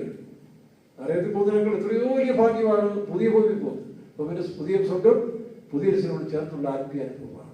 ഈ കാഴ്ചപ്പാടിൽ പോകുമ്പോൾ നമുക്ക് നിരാശരാണ്. ഞാനൊക്കെ എത്രയോ ആത്മാക്കൾ നേടാൻ വേണ്ടി എന്തെല്ലാം ത്യാഗം സഹിച്ചിട്ടുണ്ട്. ചുരുക്കം നേരില് യഥാസ്ഥാനം മറ്റുള്ള രണ്ട് കാലം കഴിക്കുമ്പോൾ നമ്മൾ ചെയ്യുന്ന അനുഭവങ്ങളും ചിലർക്ക് വീട് വെച്ച് കൊടുത്തിട്ടുണ്ട്. ഞാൻ വീട് വെച്ച് ഒരുപാട് കുറേ വീട് കൊടുത്തിട്ടുണ്ട്. ഞാൻ പോയി കഴിയുമ്പോൾ അവർക്ക് പെന്തിക്കോസ്തുകാരുടെ വീട് കിട്ടുന്നതിനൊരു അപമാനം പോലെ വിറ്റിട്ട് മറ്റു പെന്തിക്കോസിലേക്ക് പോയിട്ടുണ്ട്. സമുദായത്തിൽ പോയവരുണ്ട്. നമ്മൾ അവർ പെന്തിക്കോസിൽ വരാൻ വേണ്ടി മാത്രമല്ല സ്വർഗത്തിൽ പോകാൻ വേണ്ടി വിളിച്ചാർന്ന. പക്ഷെ അവർക്കൊരു ആക്ഷേപം പോലെ, പെന്തിക്കോസ്തുകാർ വീട് വെച്ചെന്നാണ് ഒരു ആക്ഷേപം പറയുന്നത്. അതുകൊണ്ട് വീട് വിട്ടിട്ട് വേറെ സ്ഥലത്ത് പോയി വേറെ ഗ്രൂപ്പിൽ പോവുക, വേറെ സമുദായത്തിൽ പോകുക. ഇതെല്ലാം നടക്കും. ഇത് നമ്മൾ ഭാരപ്പെടേണ്ട ആവശ്യമൊന്നുമില്ല. നമ്മൾ ചെയ്യേണ്ടത് ചെയ്തുകൊണ്ടേയിരിക്കുക. കാരണം ദുഷ്ടന്മാരുടെ പേര് നീതിമാന്മാരുടെ പേര് തന്നെ നീതിയെ വർഷിപ്പിക്കും. അപ്പൊ ഇവിടെ ഈ വിളിക്കപ്പെട്ടവർ, അവിടെ സുവിശേഷകരെ വരുന്നവരും ഞങ്ങളെപ്പോലുള്ളവരാണ്. നിങ്ങൾ ഓർത്തോണം. ഉപ്പായി മാത്രം ഇട്ടുള്ള മനസ്സ് മാറിക്കൊണ്ടേ ഇരിക്കുന്നുണ്ട്. ഞാൻ അതിലൂടെ പറയുന്നേ, ഇവിടെ യേശുക്രിസ്തു നേരിട്ട് വിളിച്ച പത്രോസ് 3.5 വർഷം കൂടെ നടന്നിട്ടും തീവ്രവാദി ആത്മാവ് പോയില്ലല്ലോ. പോയോ? യേശുക്രിസ്തുവിനെ പിടിക്കാൻ വന്നപ്പോൾ എന്ത് ചെയ്തു? ഉടനെ വാളെടുത്ത് കിട്ടി. വാളുകൊണ്ട് നടന്നവനാണ്. ഒന്നാമത്തെ അപ്പോസ്തലൻ. നമ്മുടെ വേലക്കാരും കടാരി കൊണ്ട് നടക്കുന്നതായിട്ട് എനിക്കറിയത്തില്ല കേട്ടോ. ഉണ്ടോ അഭിനയിച്ചാൽ ഈ തപ്പി നോക്കണമല്ലേ. അപ്പൊ ഈ പത്രോസ് ഒന്നാമത്തെ അപ്പോസ്തലൻ വാളുകൊണ്ട് നടന്നവനാണ്. അപ്പൊ അവരെക്കാൾ ഇത്രയും ബെറ്ററാണ്. എന്നിട്ട് ഇവിടെ കൂടെ ഉണ്ടായോ കർത്താവ് മരിച്ചവരുടെ പോയി കടപ്പുറത്ത് നിപ്പ് കൊണ്ടിട്ട് നാട്ടുകാരോട് കളിയാക്കത്തൊക്കെ വണ്ണം കൊച്ചുണ്ടായിരിക്കുന്ന പോലെ വിളികൊണ്ടിരിക്കുക അപ്പോസ്തലൻ. ഇവരെയൊക്കെയാണ് കർത്താവ് വിളിച്ച്, അതാണ് ദൈവത്തിന്റെ കഴിവെന്ന് പറയുന്നത്. അപ്പൊ നിങ്ങൾ ഓർത്തോളം ഈ വേലക്കാരി പറയുന്നവരെ വെള്ളയിട്ടുകൊണ്ടെല്ലാം പോകുന്നില്ല. അവർ അകത്ത് ഈ വഴിത്തിലൊക്കെ വന്നവരാണ് ഞങ്ങളൊക്കെയാണെന്നൊരു ബോധ്യമുണ്ട് എന്ന് പറഞ്ഞു. കാരണം അവർ പ്രതീക്ഷിക്കുന്നതിന് എപ്പോഴും കിട്ടിയെന്ന് വരത്തില്ല. അപ്പോൾ പക്ഷെ അവരിങ്ങനെ ചിലർ വേണ്ടാത്ത പ്രഭവം ഞങ്ങൾ ഇങ്ങനെയാണ് 24 മണിക്കൂർ മുളങ്കാലം നിൽക്കുന്നവരാണ്. മുളങ്കാലമല്ല, പിന്നെ മുളങ്കാലം നിൽക്കുന്നവരാണ്, പ്രാർത്ഥിക്കുന്നവരാണ്, ഇങ്ങനെ കള്ളത്തിൽ പറയുന്നവരാണ്. ഇത് കേട്ട് വരുന്നവർ വിശ്വസിക്കുമ്പോഴാണ് ഈ കുഴപ്പം. നമ്മളെ കൂടെ ഉള്ള പരമാർത്ഥം പറഞ്ഞാൽ അവർക്ക് വിഷയമില്ല. അവിടെ ഉള്ളതേ പറയാമോ വേലക്കാർ. ഇല്ലാത്ത നിങ്ങൾ കാണാത്ത പുതിയ സിനിമയെ പറ്റി പറയരുത്. പലരും പുതിയ സിനിമ പ്രസംഗിക്കുന്നത് കേട്ടുകഴിഞ്ഞുണ്ടായി. കേട്ടുകഴിഞ്ഞുകൊണ്ട് കുഴപ്പമില്ല. മറ്റുള്ളവരുടെ പ്രസംഗം നോട്ട്സ് വായിച്ച് പ്രസംഗിക്കാൻ തുടങ്ങിക്കഴിഞ്ഞാൽ കുഴപ്പമില്ല. പണ്ടൊരു പ്രാസംഗികൻ പറഞ്ഞ പോലെ ഒരു പാമ്പ് ഒരു കാർഷെഡിന്റെ മുന്നിൽ നിന്ന് ഒരു മൂർഖൻ 10 കുട്ടി. അപ്പൊ ആ വീട്ടിലുള്ള കൂട്ടിക്കിടന്ന നായ ഇത് കണ്ട് കുറയ്ക്കാൻ തുടങ്ങി. അപ്പൊ ഇത് 10 താക്കി. പിന്നെ 10 നോക്കുമ്പോൾ നായ കുറയ്ക്കാൻ തുടങ്ങി. സന്ധ്യാസമയം ഇത് കണ്ടിട്ട് അടുത്ത അയലത്തെ പട്ടി കുറയ്ക്കാൻ തുടങ്ങി. അപ്പുറത്തെ പട്ടി കുറച്ചു. കുറെ കഴിയുമ്പോൾ മറ്റു പട്ടികൾ പറയാനും ചെയ്തു. എന്തിനാ കുറയ്ക്കുന്നത് അവർക്കറിയത്തില്ല. ആരോ കുറച്ച് ഇവർ കുറച്ചു. എന്നാൽ ആദ്യത്തെ പട്ടി പിന്നെയും കുറെ നിർത്തിയില്ല. കാരണം എന്താ? അവർ ഇതുപോലെ നമ്മുടെ ജീവിതത്തിൽ അപ്പോസ്തലൻ ഞങ്ങൾ കണ്ടതും കേട്ടതും അനുഭവിക്കണം. ഇല്ലാത്തൊരു കുറെ കഴിയുമ്പോൾ പിന്മാറിപ്പോവും. വേലക്കാരൻ വിട്ടുപോകും. കുഴപ്പമൊന്നുമല്ല.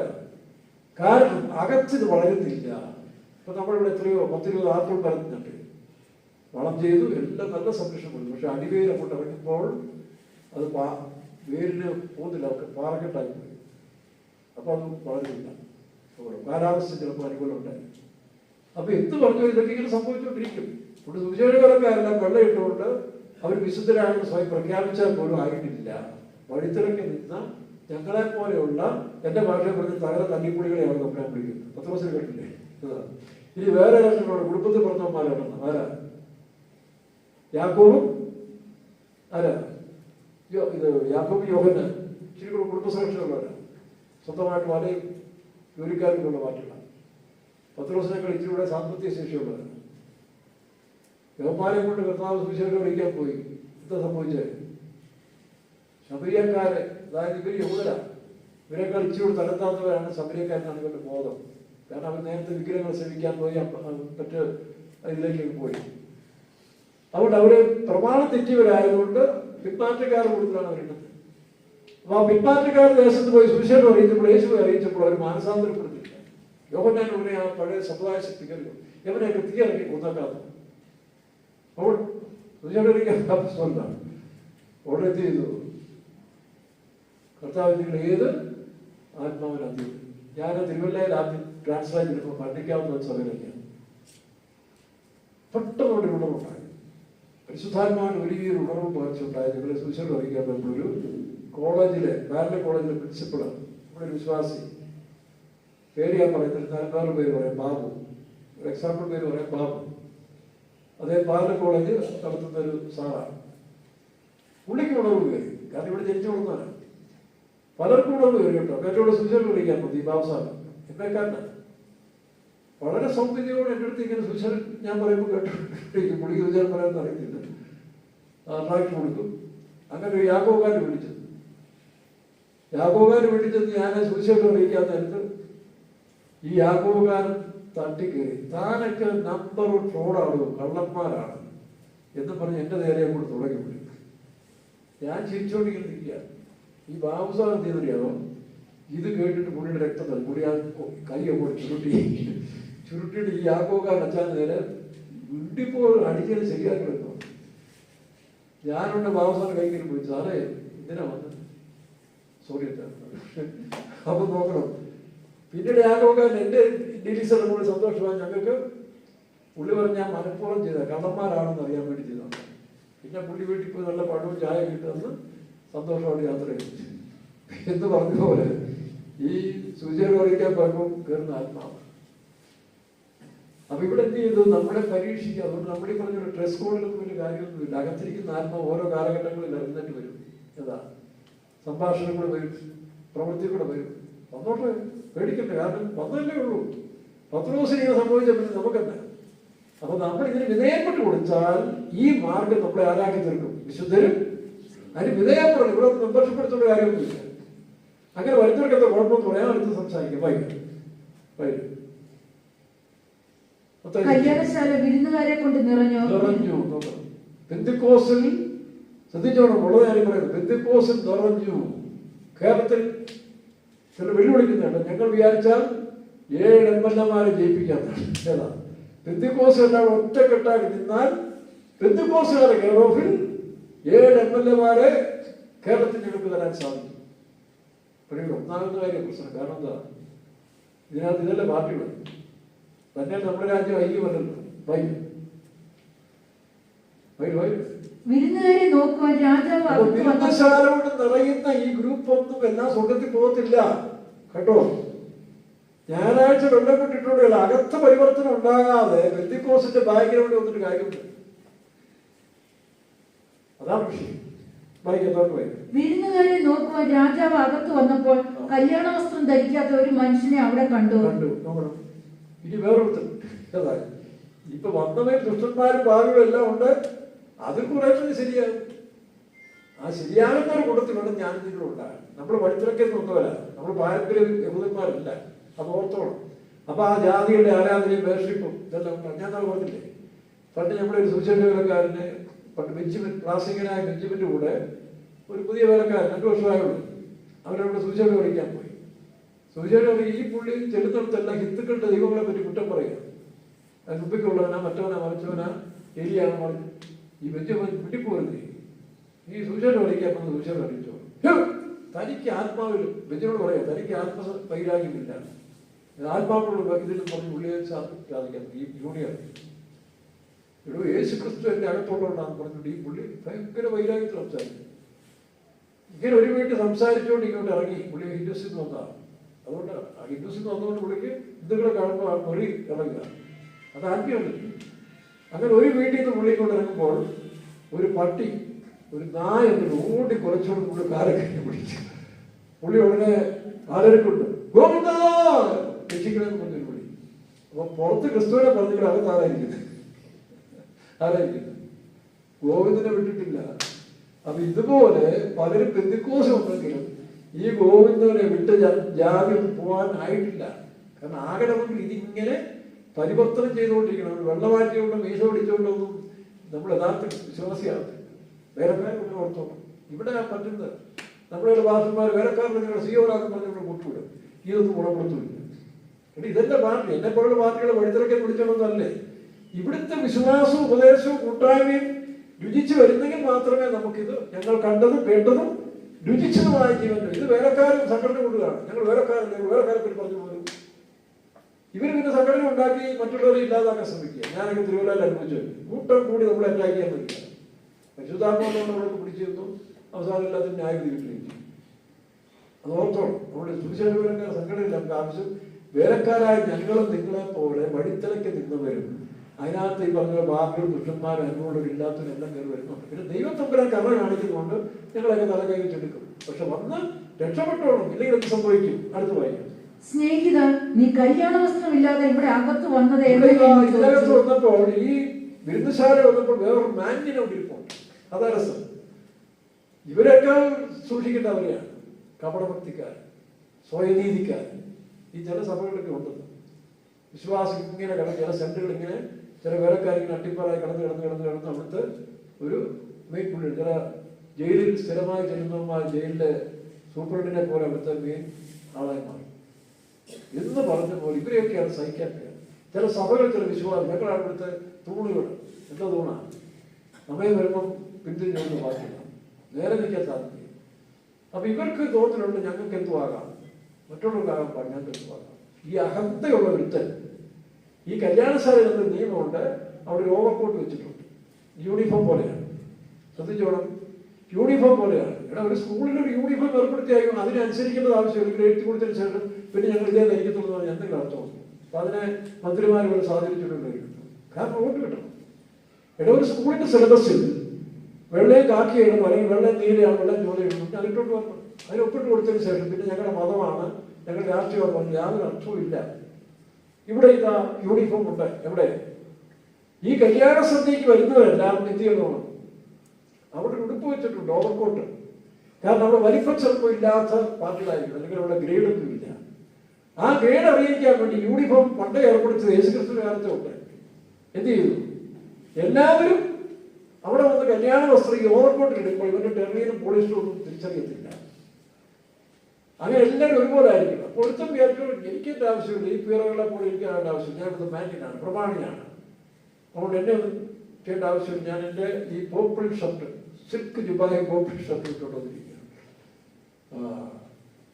അതുകൊണ്ട് അവരവരെ തൊടാൻ പോകും. ചില സഭകൾ ഇരിക്കുന്ന ചില പുള്ളി ഇവരെ തൊട്ടാൽ ഉടനെ സെൻട്രലിലേക്ക് അറിയിച്ചല്ലെങ്കിൽ ഹെഡ്ക്വാർട്ടേഴ്സിൽ അറിയിച്ച് അവനെ മാറ്റണം മാറ്റണം. തൽക്കാലം മാറ്റി. കാരണം ആ വേലക്കാരനെ സുരക്ഷിതമായിട്ട് അവർ നടത്തും. ഇവിടെ നിന്റെ ഗതി അതുപോലെയായിരിക്കും. അതുകൊണ്ട് വേണ്ടാത്തടത്ത് പോയി തലയിട്ടേക്ക് കേട്ടോ.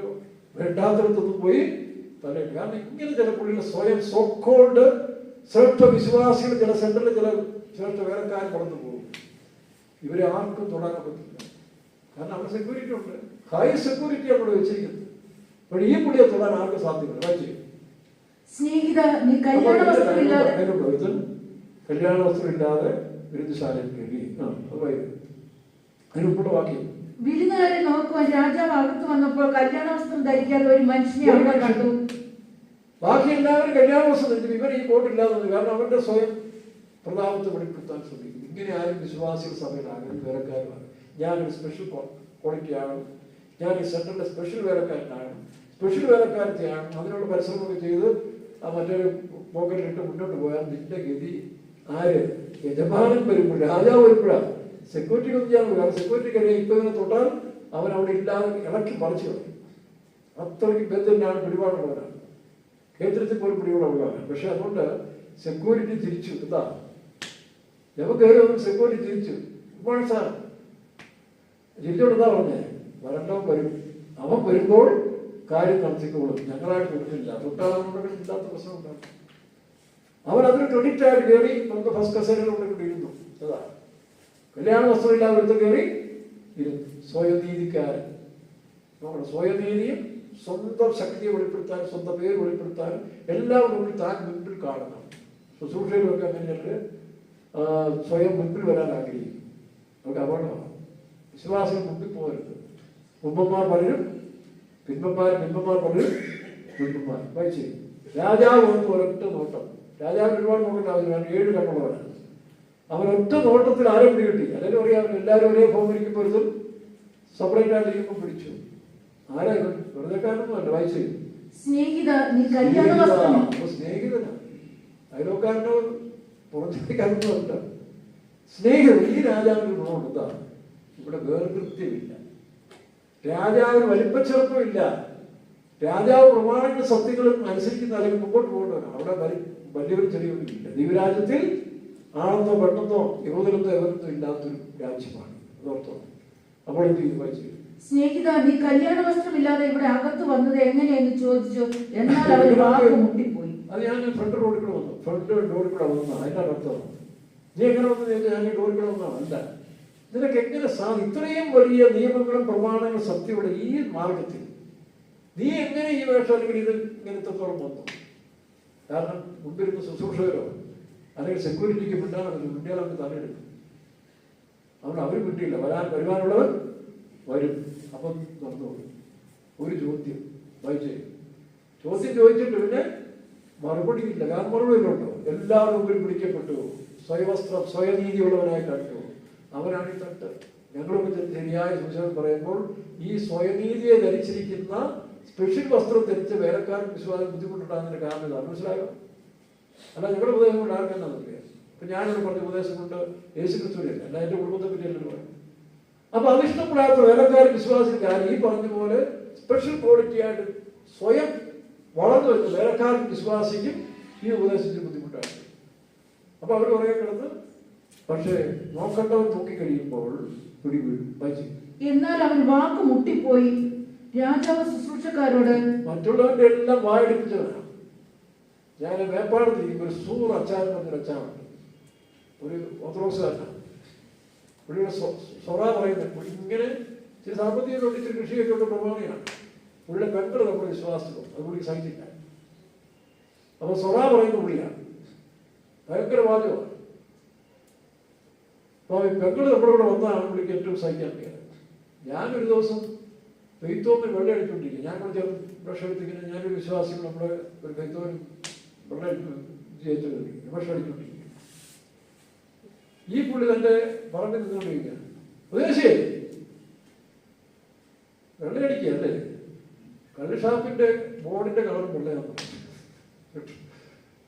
വേറൊന്നും പറയാനോ വിളിക്കോ, കള്ളുഷാപ്പിന്റെ ബോർഡിന്റെ കളർ വെള്ളയാണ്. ഞാൻ ഒരു സാത്താൻ താരം വിളിച്ചതിന്റെ വേഷം ധരിക്കുന്ന വെച്ചാൽ കേട്ടില്ല. പിന്നെ വീട്ടിൽ പോയി. അപ്പൊ നമ്മളവിടെ പണിയാൻ നേരത്തെ പുള്ളി എന്ത് ചെയ്തു പറയാം, മതിലിങ്ങനെ 90 ഡിഗ്രിയിൽ വെച്ച് അവർ വണ്ടി പോകത്തില്ല. നമുക്ക് ലോഡ് എടുക്കണം വിശ്വാസം. ഞാൻ പറഞ്ഞ ചായ ഒരു കാര്യം ചെയ്യും, നിങ്ങളുടെ ആ കോളം പൊടിച്ചിട്ട് ഞങ്ങൾ പിന്നെ അതുപോലെ പണിത് തന്നേക്കാം എന്ന് പറഞ്ഞു. പുള്ളി തിരിച്ചിട്ട് പറയും, ഇത് കണക്കൂട്ടിയാണ് ഞാനിവിടെ പണിതത്, നിങ്ങൾക്കിട്ട് പണിതിട്ട് വേണ്ടി തന്നെ പണിതാണ്, നിങ്ങളുടെ ഒറ്റ വണ്ടി കഴിയുന്നത്. എന്തോ ചെയ്യാനാണ്? ഒരു ലോഡ് മെറ്റിൽ വന്ന വഴിയിൽ ഇറക്കിയിട്ട് നമ്മുടെ വിശ്വാസിക സഹോദരന്മാരെ അവിടെ ചുമന്ന് സന്തോഷത്തോടെ ചുമന്ന് എനിക്ക് നെഞ്ചിന് വേദന. കർത്താവെ ആ മനുഷ്യനെ സമ്മതിച്ചിട്ടുണ്ടല്ലോ. ഇപ്പുറത്ത് വേറൊരു യാത്രക്കാരൻ്റെ ഒരു കുട്ടിത്തെങ്ങ് അതിലേ വെച്ചിരിക്കുക, നല്ല കാഴ്ച കിടക്കുക. അപ്പം അതിനു മുമ്പ് 2 ദിവസം മുമ്പ് ഈ അമ്മ നല്ലൊരു അമ്മയാണ്. അപ്പുറത്തെ അമ്മ ഒരു നല്ല കൊന്നത്തെങ്ങിന് വളർന്നിരിക്കുക, കൊന്നത്തെങ്ങ് ഒരൊറ്റ കായില്ല. അപ്പൊ ഞാൻ ചോദിച്ചത് ഇത്രയും നല്ലൊരു തെങ്ങിന് കായില്ലല്ലോ. എന്റെ ഭാഷ പലപ്പോഴും വെട്ടിക്കളയാൻ അച്ഛൻ പറഞ്ഞിട്ട് ഞാൻ നിർത്തിയിരിക്കുക, ബൈബിളില്ലയോ ഇതെങ്കിലും പറക്കാൻ. അപ്പൊ ഞാൻ പോയി അത് കൈവച്ച് പ്രാർത്ഥിച്ചു. ഞാൻ പിന്നെ കായ്ക്കുമെന്ന് പറഞ്ഞു. ഈ കൊന്നത്തെങ്ങ് കായ്ക്കാൻ തുടങ്ങി. കായ്ക്കാൻ തുടങ്ങിയല്ല, പ്രാർത്ഥിച്ചിട്ട് പോകും. അടുത്ത ദിവസമാണ് ഈ സംഭവം. ഈ തൈത്തെങ്ങ് നല്ല തേങ്ങായ ഉണ്ട്. ഇങ്ങനെ മധുര മാറ്റത്തില്ല, ഇതുപോലെ പണിത് വെച്ചിരിക്കുന്നുണ്ട്, ഇതുപോലെ പോലെ പണിതിരിക്കും. ഞാനൊരു ദിവസം ഈ മെറ്റിലെല്ലാം തോന്നുന്നപ്പോൾ ആ രാത്രി ഞാൻ വിസിറ്റ് ചെയ്തത് എൻ്റെ മനസ്സ് ക്ഷീണിച്ചിട്ട് ശരിയോ തെറ്റോ ഈ തൈത്തങ്ങ അവിടെ കൈവച്ചിട്ട് ഞാൻ എൻ്റെ കർത്താവെ, ആ ഓർത്തഡോക്സുകാരൻ അത് പൊളിക്കത്തില്ല, ഈ യാക്കോബക്കാരൻ ഈ തെങ്ങ പ്രാർത്ഥിക്കുന്നത് തെറ്റാണെന്ന് എനിക്കറിയാം, എങ്കിലും നിനക്കൊരു അത്ഭുതം വെച്ച് ഞാൻ കഴിഞ്ഞ അത്ഭുത മന്ത്രിയാണ്. ഈ തൈത്തങ്ങ ഇവിടെ നിന്ന് മാറ്റി ഈ തേങ്ങിന്റെ ഫലം പിന്നെ ഇരട്ടി അപ്പുറത്തിന് കൊടുത്തരാ, കായ്ക്കാതെ കൊടുത്തേക്കാം. പ്രാർത്ഥിച്ചു. ഒരാഴ്ചക്കകം ആ തൈത്തങ്ങിന്റെ മണ്ട താഴോട്ട് പോയി, മറ്റത് പൂവിട്ട് കായ്ക്കാൻ തുടങ്ങി. അപ്പൊ ഞാൻ ചോദിച്ചു അവിടെ പോയി നിന്നിങ്ങനെ. അപ്പൊ ഈ അമ്മ പറയാം, അത് സാരമില്ല, ഞങ്ങളെ തെങ്ങ് കായ്ക്കാൻ തുടങ്ങി. അപ്പൊ എന്റെ വിശ്വാസത്തെയും മാറ്റി നടന്നു. ഞങ്ങൾ വണ്ടി കയറ്റി സാധനങ്ങളെല്ലാം തീർന്നില്ല. അപ്പൊ ഈ സോറച്ചായനെ പിന്നെ കുറച്ച് 2 ആഴ്ച കാണുന്നില്ല. 2 ആഴ്ച കഴിഞ്ഞപ്പോൾ അച്ചായൻ താടിയൊക്കെ വളർത്തി. ഈ സോറെന്ന് പറയുമ്പോൾ അറിയാം, മേപ്പടക്കാർ ആരും കേൾക്കുന്നവർക്കറിയാം. 2 ആഴ്ച കഴിഞ്ഞ് നിങ്ങളോട് പണിയെടുക്കുന്ന സമയത്ത് ഈ അച്ചായനെ വരുന്നുണ്ട്, പതുക്കെ പെയ്ത്തുകൊണ്ട് അകത്തേക്ക് എടുത്ത് വരിക. അപ്പൊ എന്തോ തട്ടുകളുണ്ടായെന്ന് എനിക്കറിയാം, കാരണം താടിയെല്ലാം വളർത്തിച്ച് ക്ഷീണിച്ചിട്ടുണ്ട്. അപ്പൊ ഞാൻ അറിയാത്ത രീതി തിരിഞ്ഞങ്ങ് നിന്നു, പണിക്കാരോട് തിരിഞ്ഞങ്ങ് നിന്നു. പുള്ളി വന്ന് എൻ്റെ തോളത്ത്, ഉപദേശിയെ സ്വോത്രം, ഞാനൊരു സ്വോത്രം. ഞാൻ എന്ത് പറ്റി വെച്ചാൽ, എന്തോ പറയാൻ, അന്ന് ഉപദേശി ഇത് പൊളിക്കാൻ പറഞ്ഞ് ഞാൻ പൊളിച്ചില്ല, ആൾക്കാരും പറഞ്ഞിട്ട് പോയി. പെട്ടെന്ന് എനിക്ക് അറ്റാക്ക് വന്നു. ഞാൻ പുഷ്പഗിരി കയറി, എൻ്റെ 17,000 രൂപ പോയത്. ഇത് പറഞ്ഞാൽ 1000 രൂപ പണിയില്ല, നിങ്ങൾ ആ മൂലയല്ല മൊത്തം പൊളിച്ചോളാം, മൊത്തം പൊളിച്ചോളാം. ഞാൻ വേണ്ട ഇപ്പം ആ തെങ്ങ് പോയതുകൊണ്ടിങ്ങനെ അവർ സമ്മതിച്ചിരിക്കുകയാണ്. അപ്പൊ ഇങ്ങനെയൊക്കെയുള്ള ചില ആളുകൾ നമ്മുടെ സഭകളിലുണ്ട്. എന്താ, തങ്ങളുടെ മഹത്വം വെളിപ്പെടുത്താനും ധരിക്കാനും. പക്ഷെ നോക്കേണ്ടവർ നോക്കിയപ്പോൾ പിടി വീണാൽ പിന്നെ രക്ഷയില്ല കേട്ടോ. പിടിക്കേണ്ടവർ പിടിച്ചാൽ പിന്നെ അവന്റെ അടുത്തിളക്കേണ്ട ദൈവം കൊടുത്തു. വായിച്ചു. എന്നാൽ അവന് വാക്ക് മുട്ടിപ്പോയി രാജാവ് ശുശ്രൂഷക്കാരോട്, ഇവനെ കൈയും കാലും കെട്ടി ഏറ്റവും പുറത്തുള്ള ഇരുട്ടിൽ. അതെനിക്ക് മനസ്സിലാകുന്നില്ല. ഞാൻ അന്നൊക്കെ ആദ്യം ബൈബിൾ വായിക്കുകയാണ്, ഇവരെ ഇരുട്ടിലേക്കല്ല ഇടുന്നേ. പിന്നെ ഇതിന് കൈകാലം കിട്ടുന്നത് ഞാൻ കർത്താവിനോട് ചോദിച്ചു, കർത്താവ് ഏതായാലും ഇവര് ഇരുട്ടിലേക്ക് കൊണ്ട് ഏറ്റവും പുറത്തുള്ള ഇരുട്ടാണ്, ഇവരുടെ കൈകൾ കാലം കിട്ടിയാലെന്താ പ്രശ്നം? അപ്പോഴാണ് ഒരു പ്രാസംഗികൻ, എനിക്ക് തോന്നുന്നത് രാജു പൂവക്കാലെയാണെന്ന് തോന്നുന്നു, അടുത്ത സമയത്ത് പുള്ളിയുടെ ഒരു പ്രസംഗം കേൾക്കാറുണ്ട്. അപ്പൊ അദ്ദേഹം പറഞ്ഞത്, ഇവൻ കുറഞ്ഞ പുള്ളിയല്ല, ഇവിടെ ഇത്രയും ദൈവത്തിന്റെ രാജ്യത്തിൽ ഈ വിരുദ്ധശാലത്തിലെ അഭ്യാസം കാണിച്ചെങ്കിൽ ഈ ഇവനെ പുറകെ ഇരുട്ടത്ത് കണ്ടില്ലേ, അവിടെ ചെന്നാൽ ഇവനുകൊണ്ട് രാജാവാണ്, അവർക്ക് പണിയാകും. അതുകൊണ്ടാണ് തമ്പുരാൻ ഇവന്റെ കൈകാലം കെട്ടിയോണ്ടിരിക്കുന്നത്. ഇതുപോലെയാണ് ചില കുടികൾ സ്വയം വലുതാകാനും സ്വയം വെളിപ്പെടുത്താനും പോകുന്നവന്റെ കൈയും കാലം കെട്ടി മറ്റവരെയൊക്കെ ചുമ്മാ ഇടുമ്പോൾ അവന്റെ കൈയും കാലം കെട്ടി വേണം വിടാൻ. കാരണം അവൻ അവിടെ ചെന്നാലും ആളാണ്, എവിടെ ചെന്നാലും ആളാണ്.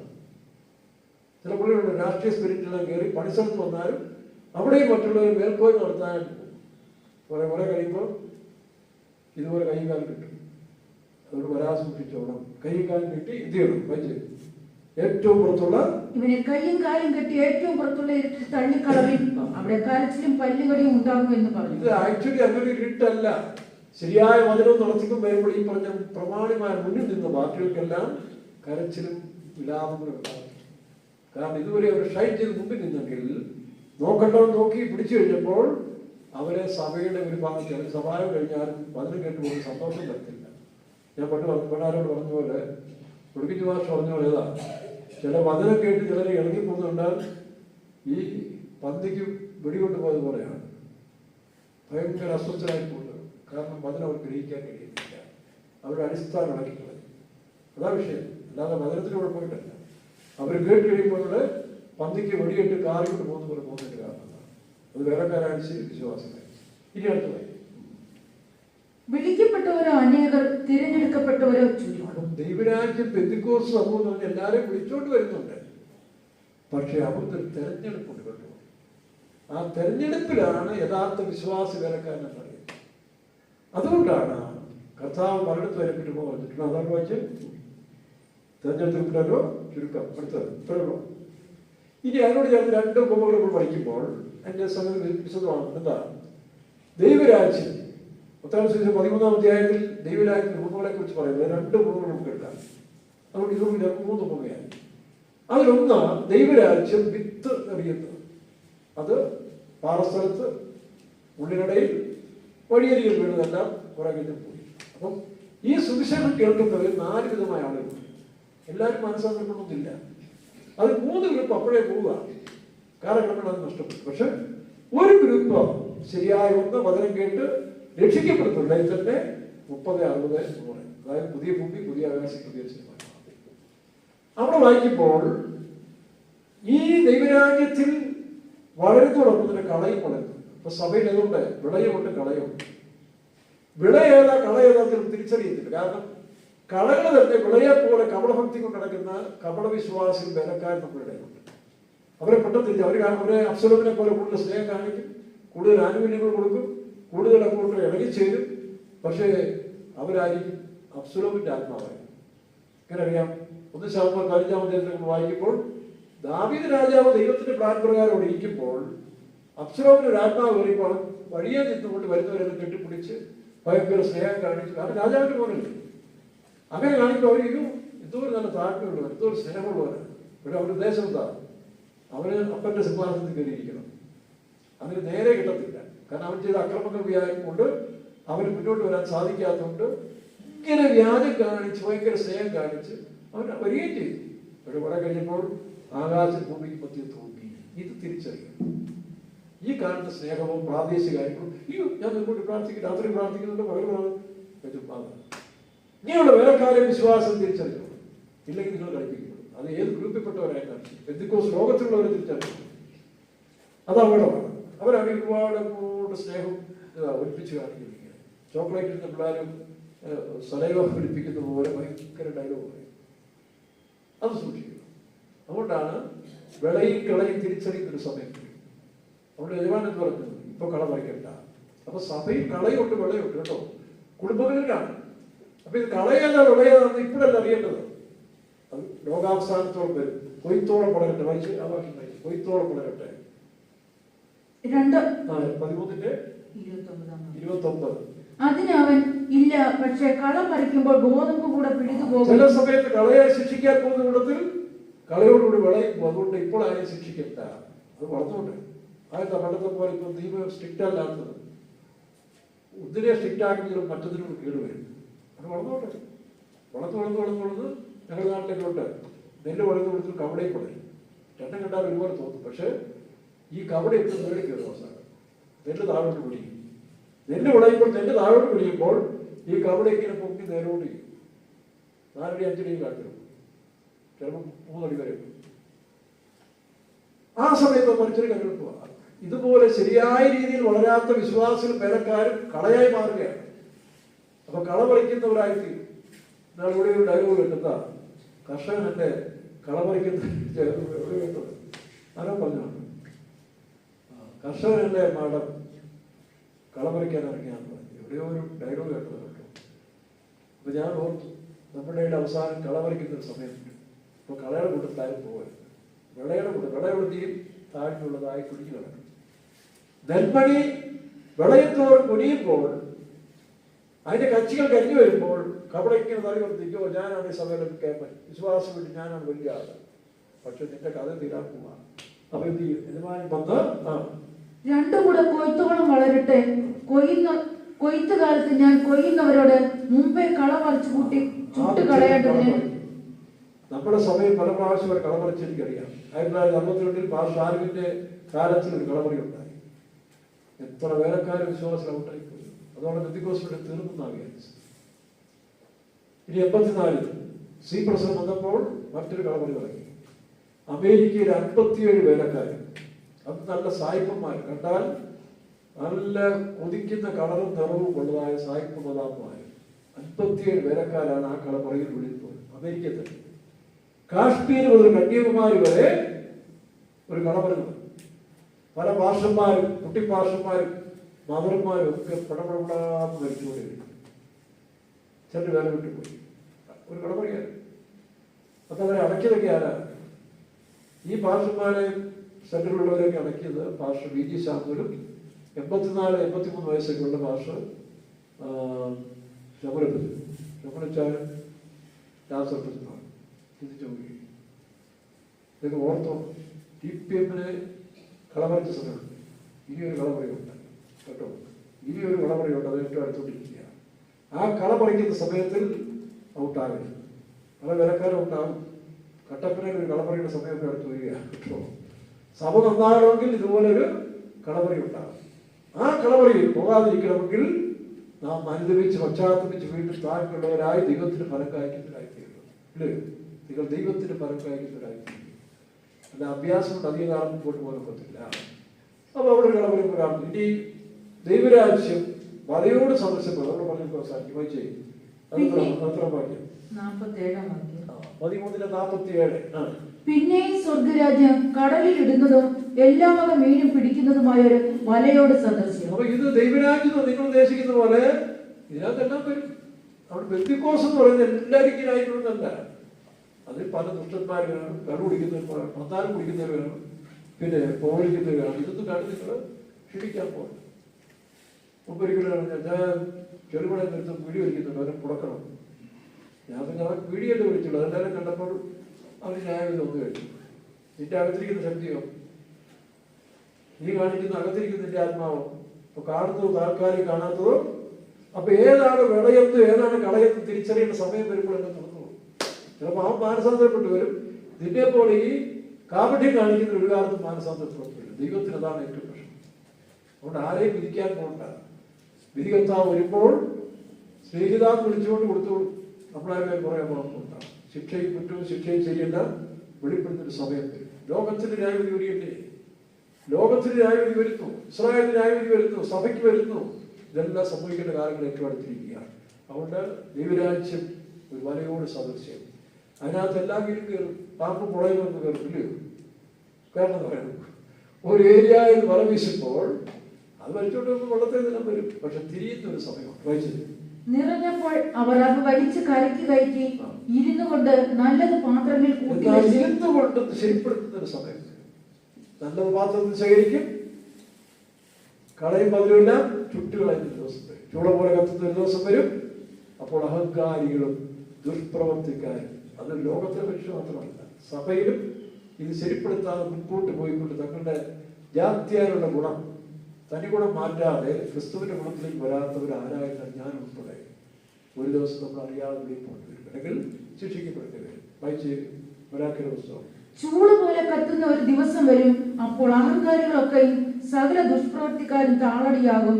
വരുവാനുള്ള ആ ദിവസം ലോകമനുഷ്യരോട് പറഞ്ഞ ദൂതല്ല, ദൈവജനങ്ങളോട് പ്രവാചകൻ പറഞ്ഞതാണ്. അപ്പോൾ അഹങ്കാരികളും ദുഷ്പ്രവർത്തിക്കാരും താളടിയാകും.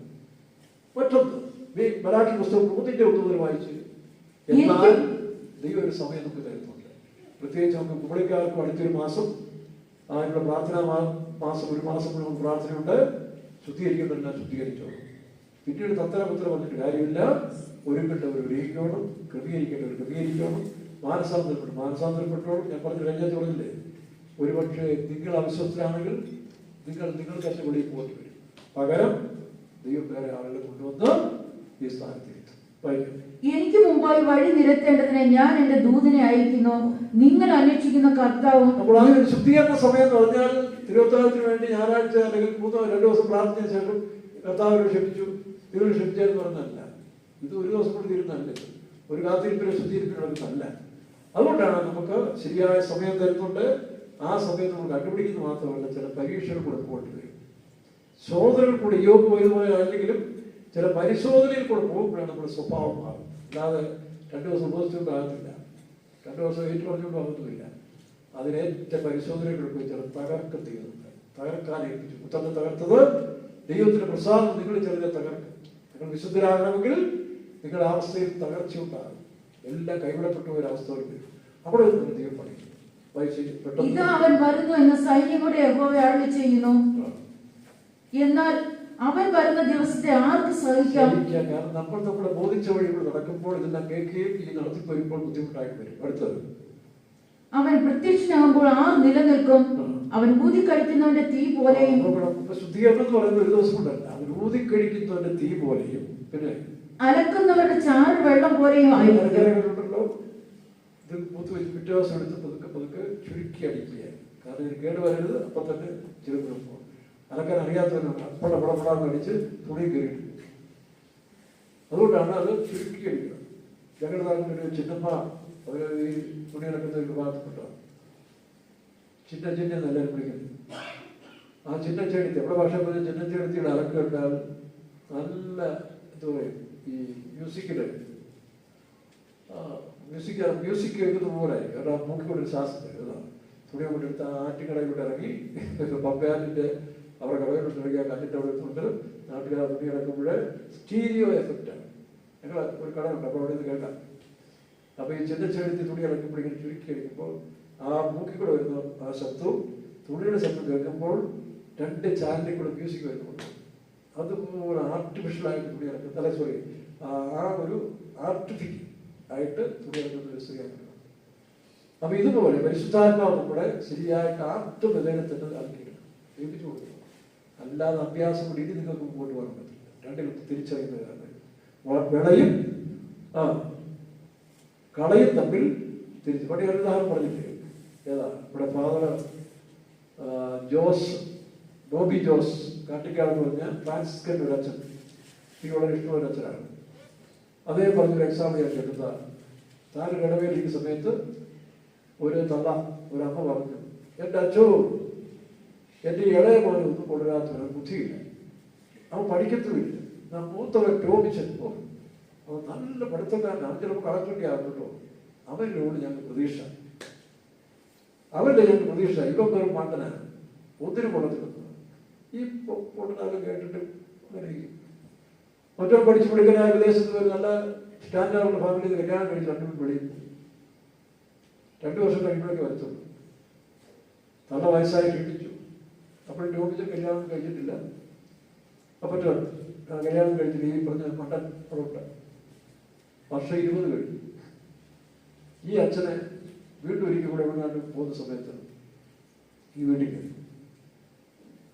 അപ്പോൾ ഈ ടോമിച്ചനെ അമ്മയെ എല്ലാം ആശുപത്രി കൊണ്ടുവന്ന് ശുശ്രൂഷിക്കുന്നു. അത് മാത്രമല്ല അവർ കഞ്ഞി ഉണ്ടാക്കി കൊടുക്കുന്നത് എല്ലാം ഒരു നേഴ്സിനെ പോലെ അഭ്യസിച്ചുകൊണ്ടിരിക്കുക. അപ്പൊ അമ്മ പറഞ്ഞു, അപ്പൊ ചോദിച്ചു മറ്റേ പോലത്തെ വിളിക്കൻ, ഓ അവൻ ഇക്കളുണ്ട്. എല്ലാ ആഴ്ചയിലും ഞായറാഴ്ച ഉച്ചയ്ക്ക് 5 മണിക്ക് എന്നെ വിളിക്കും. എന്താ വിളിക്കുന്നത്? ടെലഗ്രാം വേർഡ്സ് പോലെ. അപ്പൊ സുഖമായിരിക്കുന്നു, കുഴപ്പമൊന്നുമില്ല, ശരി, തീർന്നു. ഒരു സൗഹാർദ്ദത്തെ സംസാരിക്കാൻ പോലും അവന് സമയമില്ല. അറിയത്തില്ല. എൻ്റെ അച്ഛോ ദൈവം എനിക്ക് തന്നവനായിട്ട് ഓർമ്മിച്ചത് ഏതായാലും അവനെനിക്കില്ലായിരുന്നെങ്കിൽ ഞാൻ നാളെ പ്രകാശം. എൻ്റെ പൊന്നാര മോനാണ്. ദൈവം എനിക്ക് അന്ന് അനുഗ്രഹിക്കപ്പെട്ട എൻ്റെ മോൻ. മുമ്പ് പറഞ്ഞാൽ പൊട്ടനാണ്, മണ്ടനാണ്, ഉള്ളുകേല. വിളയും കടയും തിരിച്ചറിയുന്ന ഒരു സമയത്തിന് അതുവരെ കാത്തിരിക്കണം. ചില വിശ്വാസികളെ കാണുമ്പോൾ അവനെ ഇവിടെ കൊളുത്തും. ഇവിടെ ഷൈൻ ചെയ്യുന്ന വിശ്വാസം അവനാണ് സഭയുടെ തൂറ്. ഇവിടെ നാളെ അവൻ്റെ കാലമായിരുന്നവനായിരിക്കും. അല്ലെ ഈ പറഞ്ഞ പോലെ ടെലഗ്രാം വഴി സംസാരിച്ചു പോകുന്നതായിരിക്കും. നിന്റെ മക്കളെ സൂക്ഷിച്ചു. നീ ഏതാണ് വിളയെന്ന് കളയെന്ന് തിരിച്ചറിയുന്ന ഒരു സമയം വരും. അതുവരെ കാത്തിരിക്കുക. സ്തോത്രം ചെയ്യാം. സ്തോത്രം, സ്തോത്രം, സ്തോത്രം.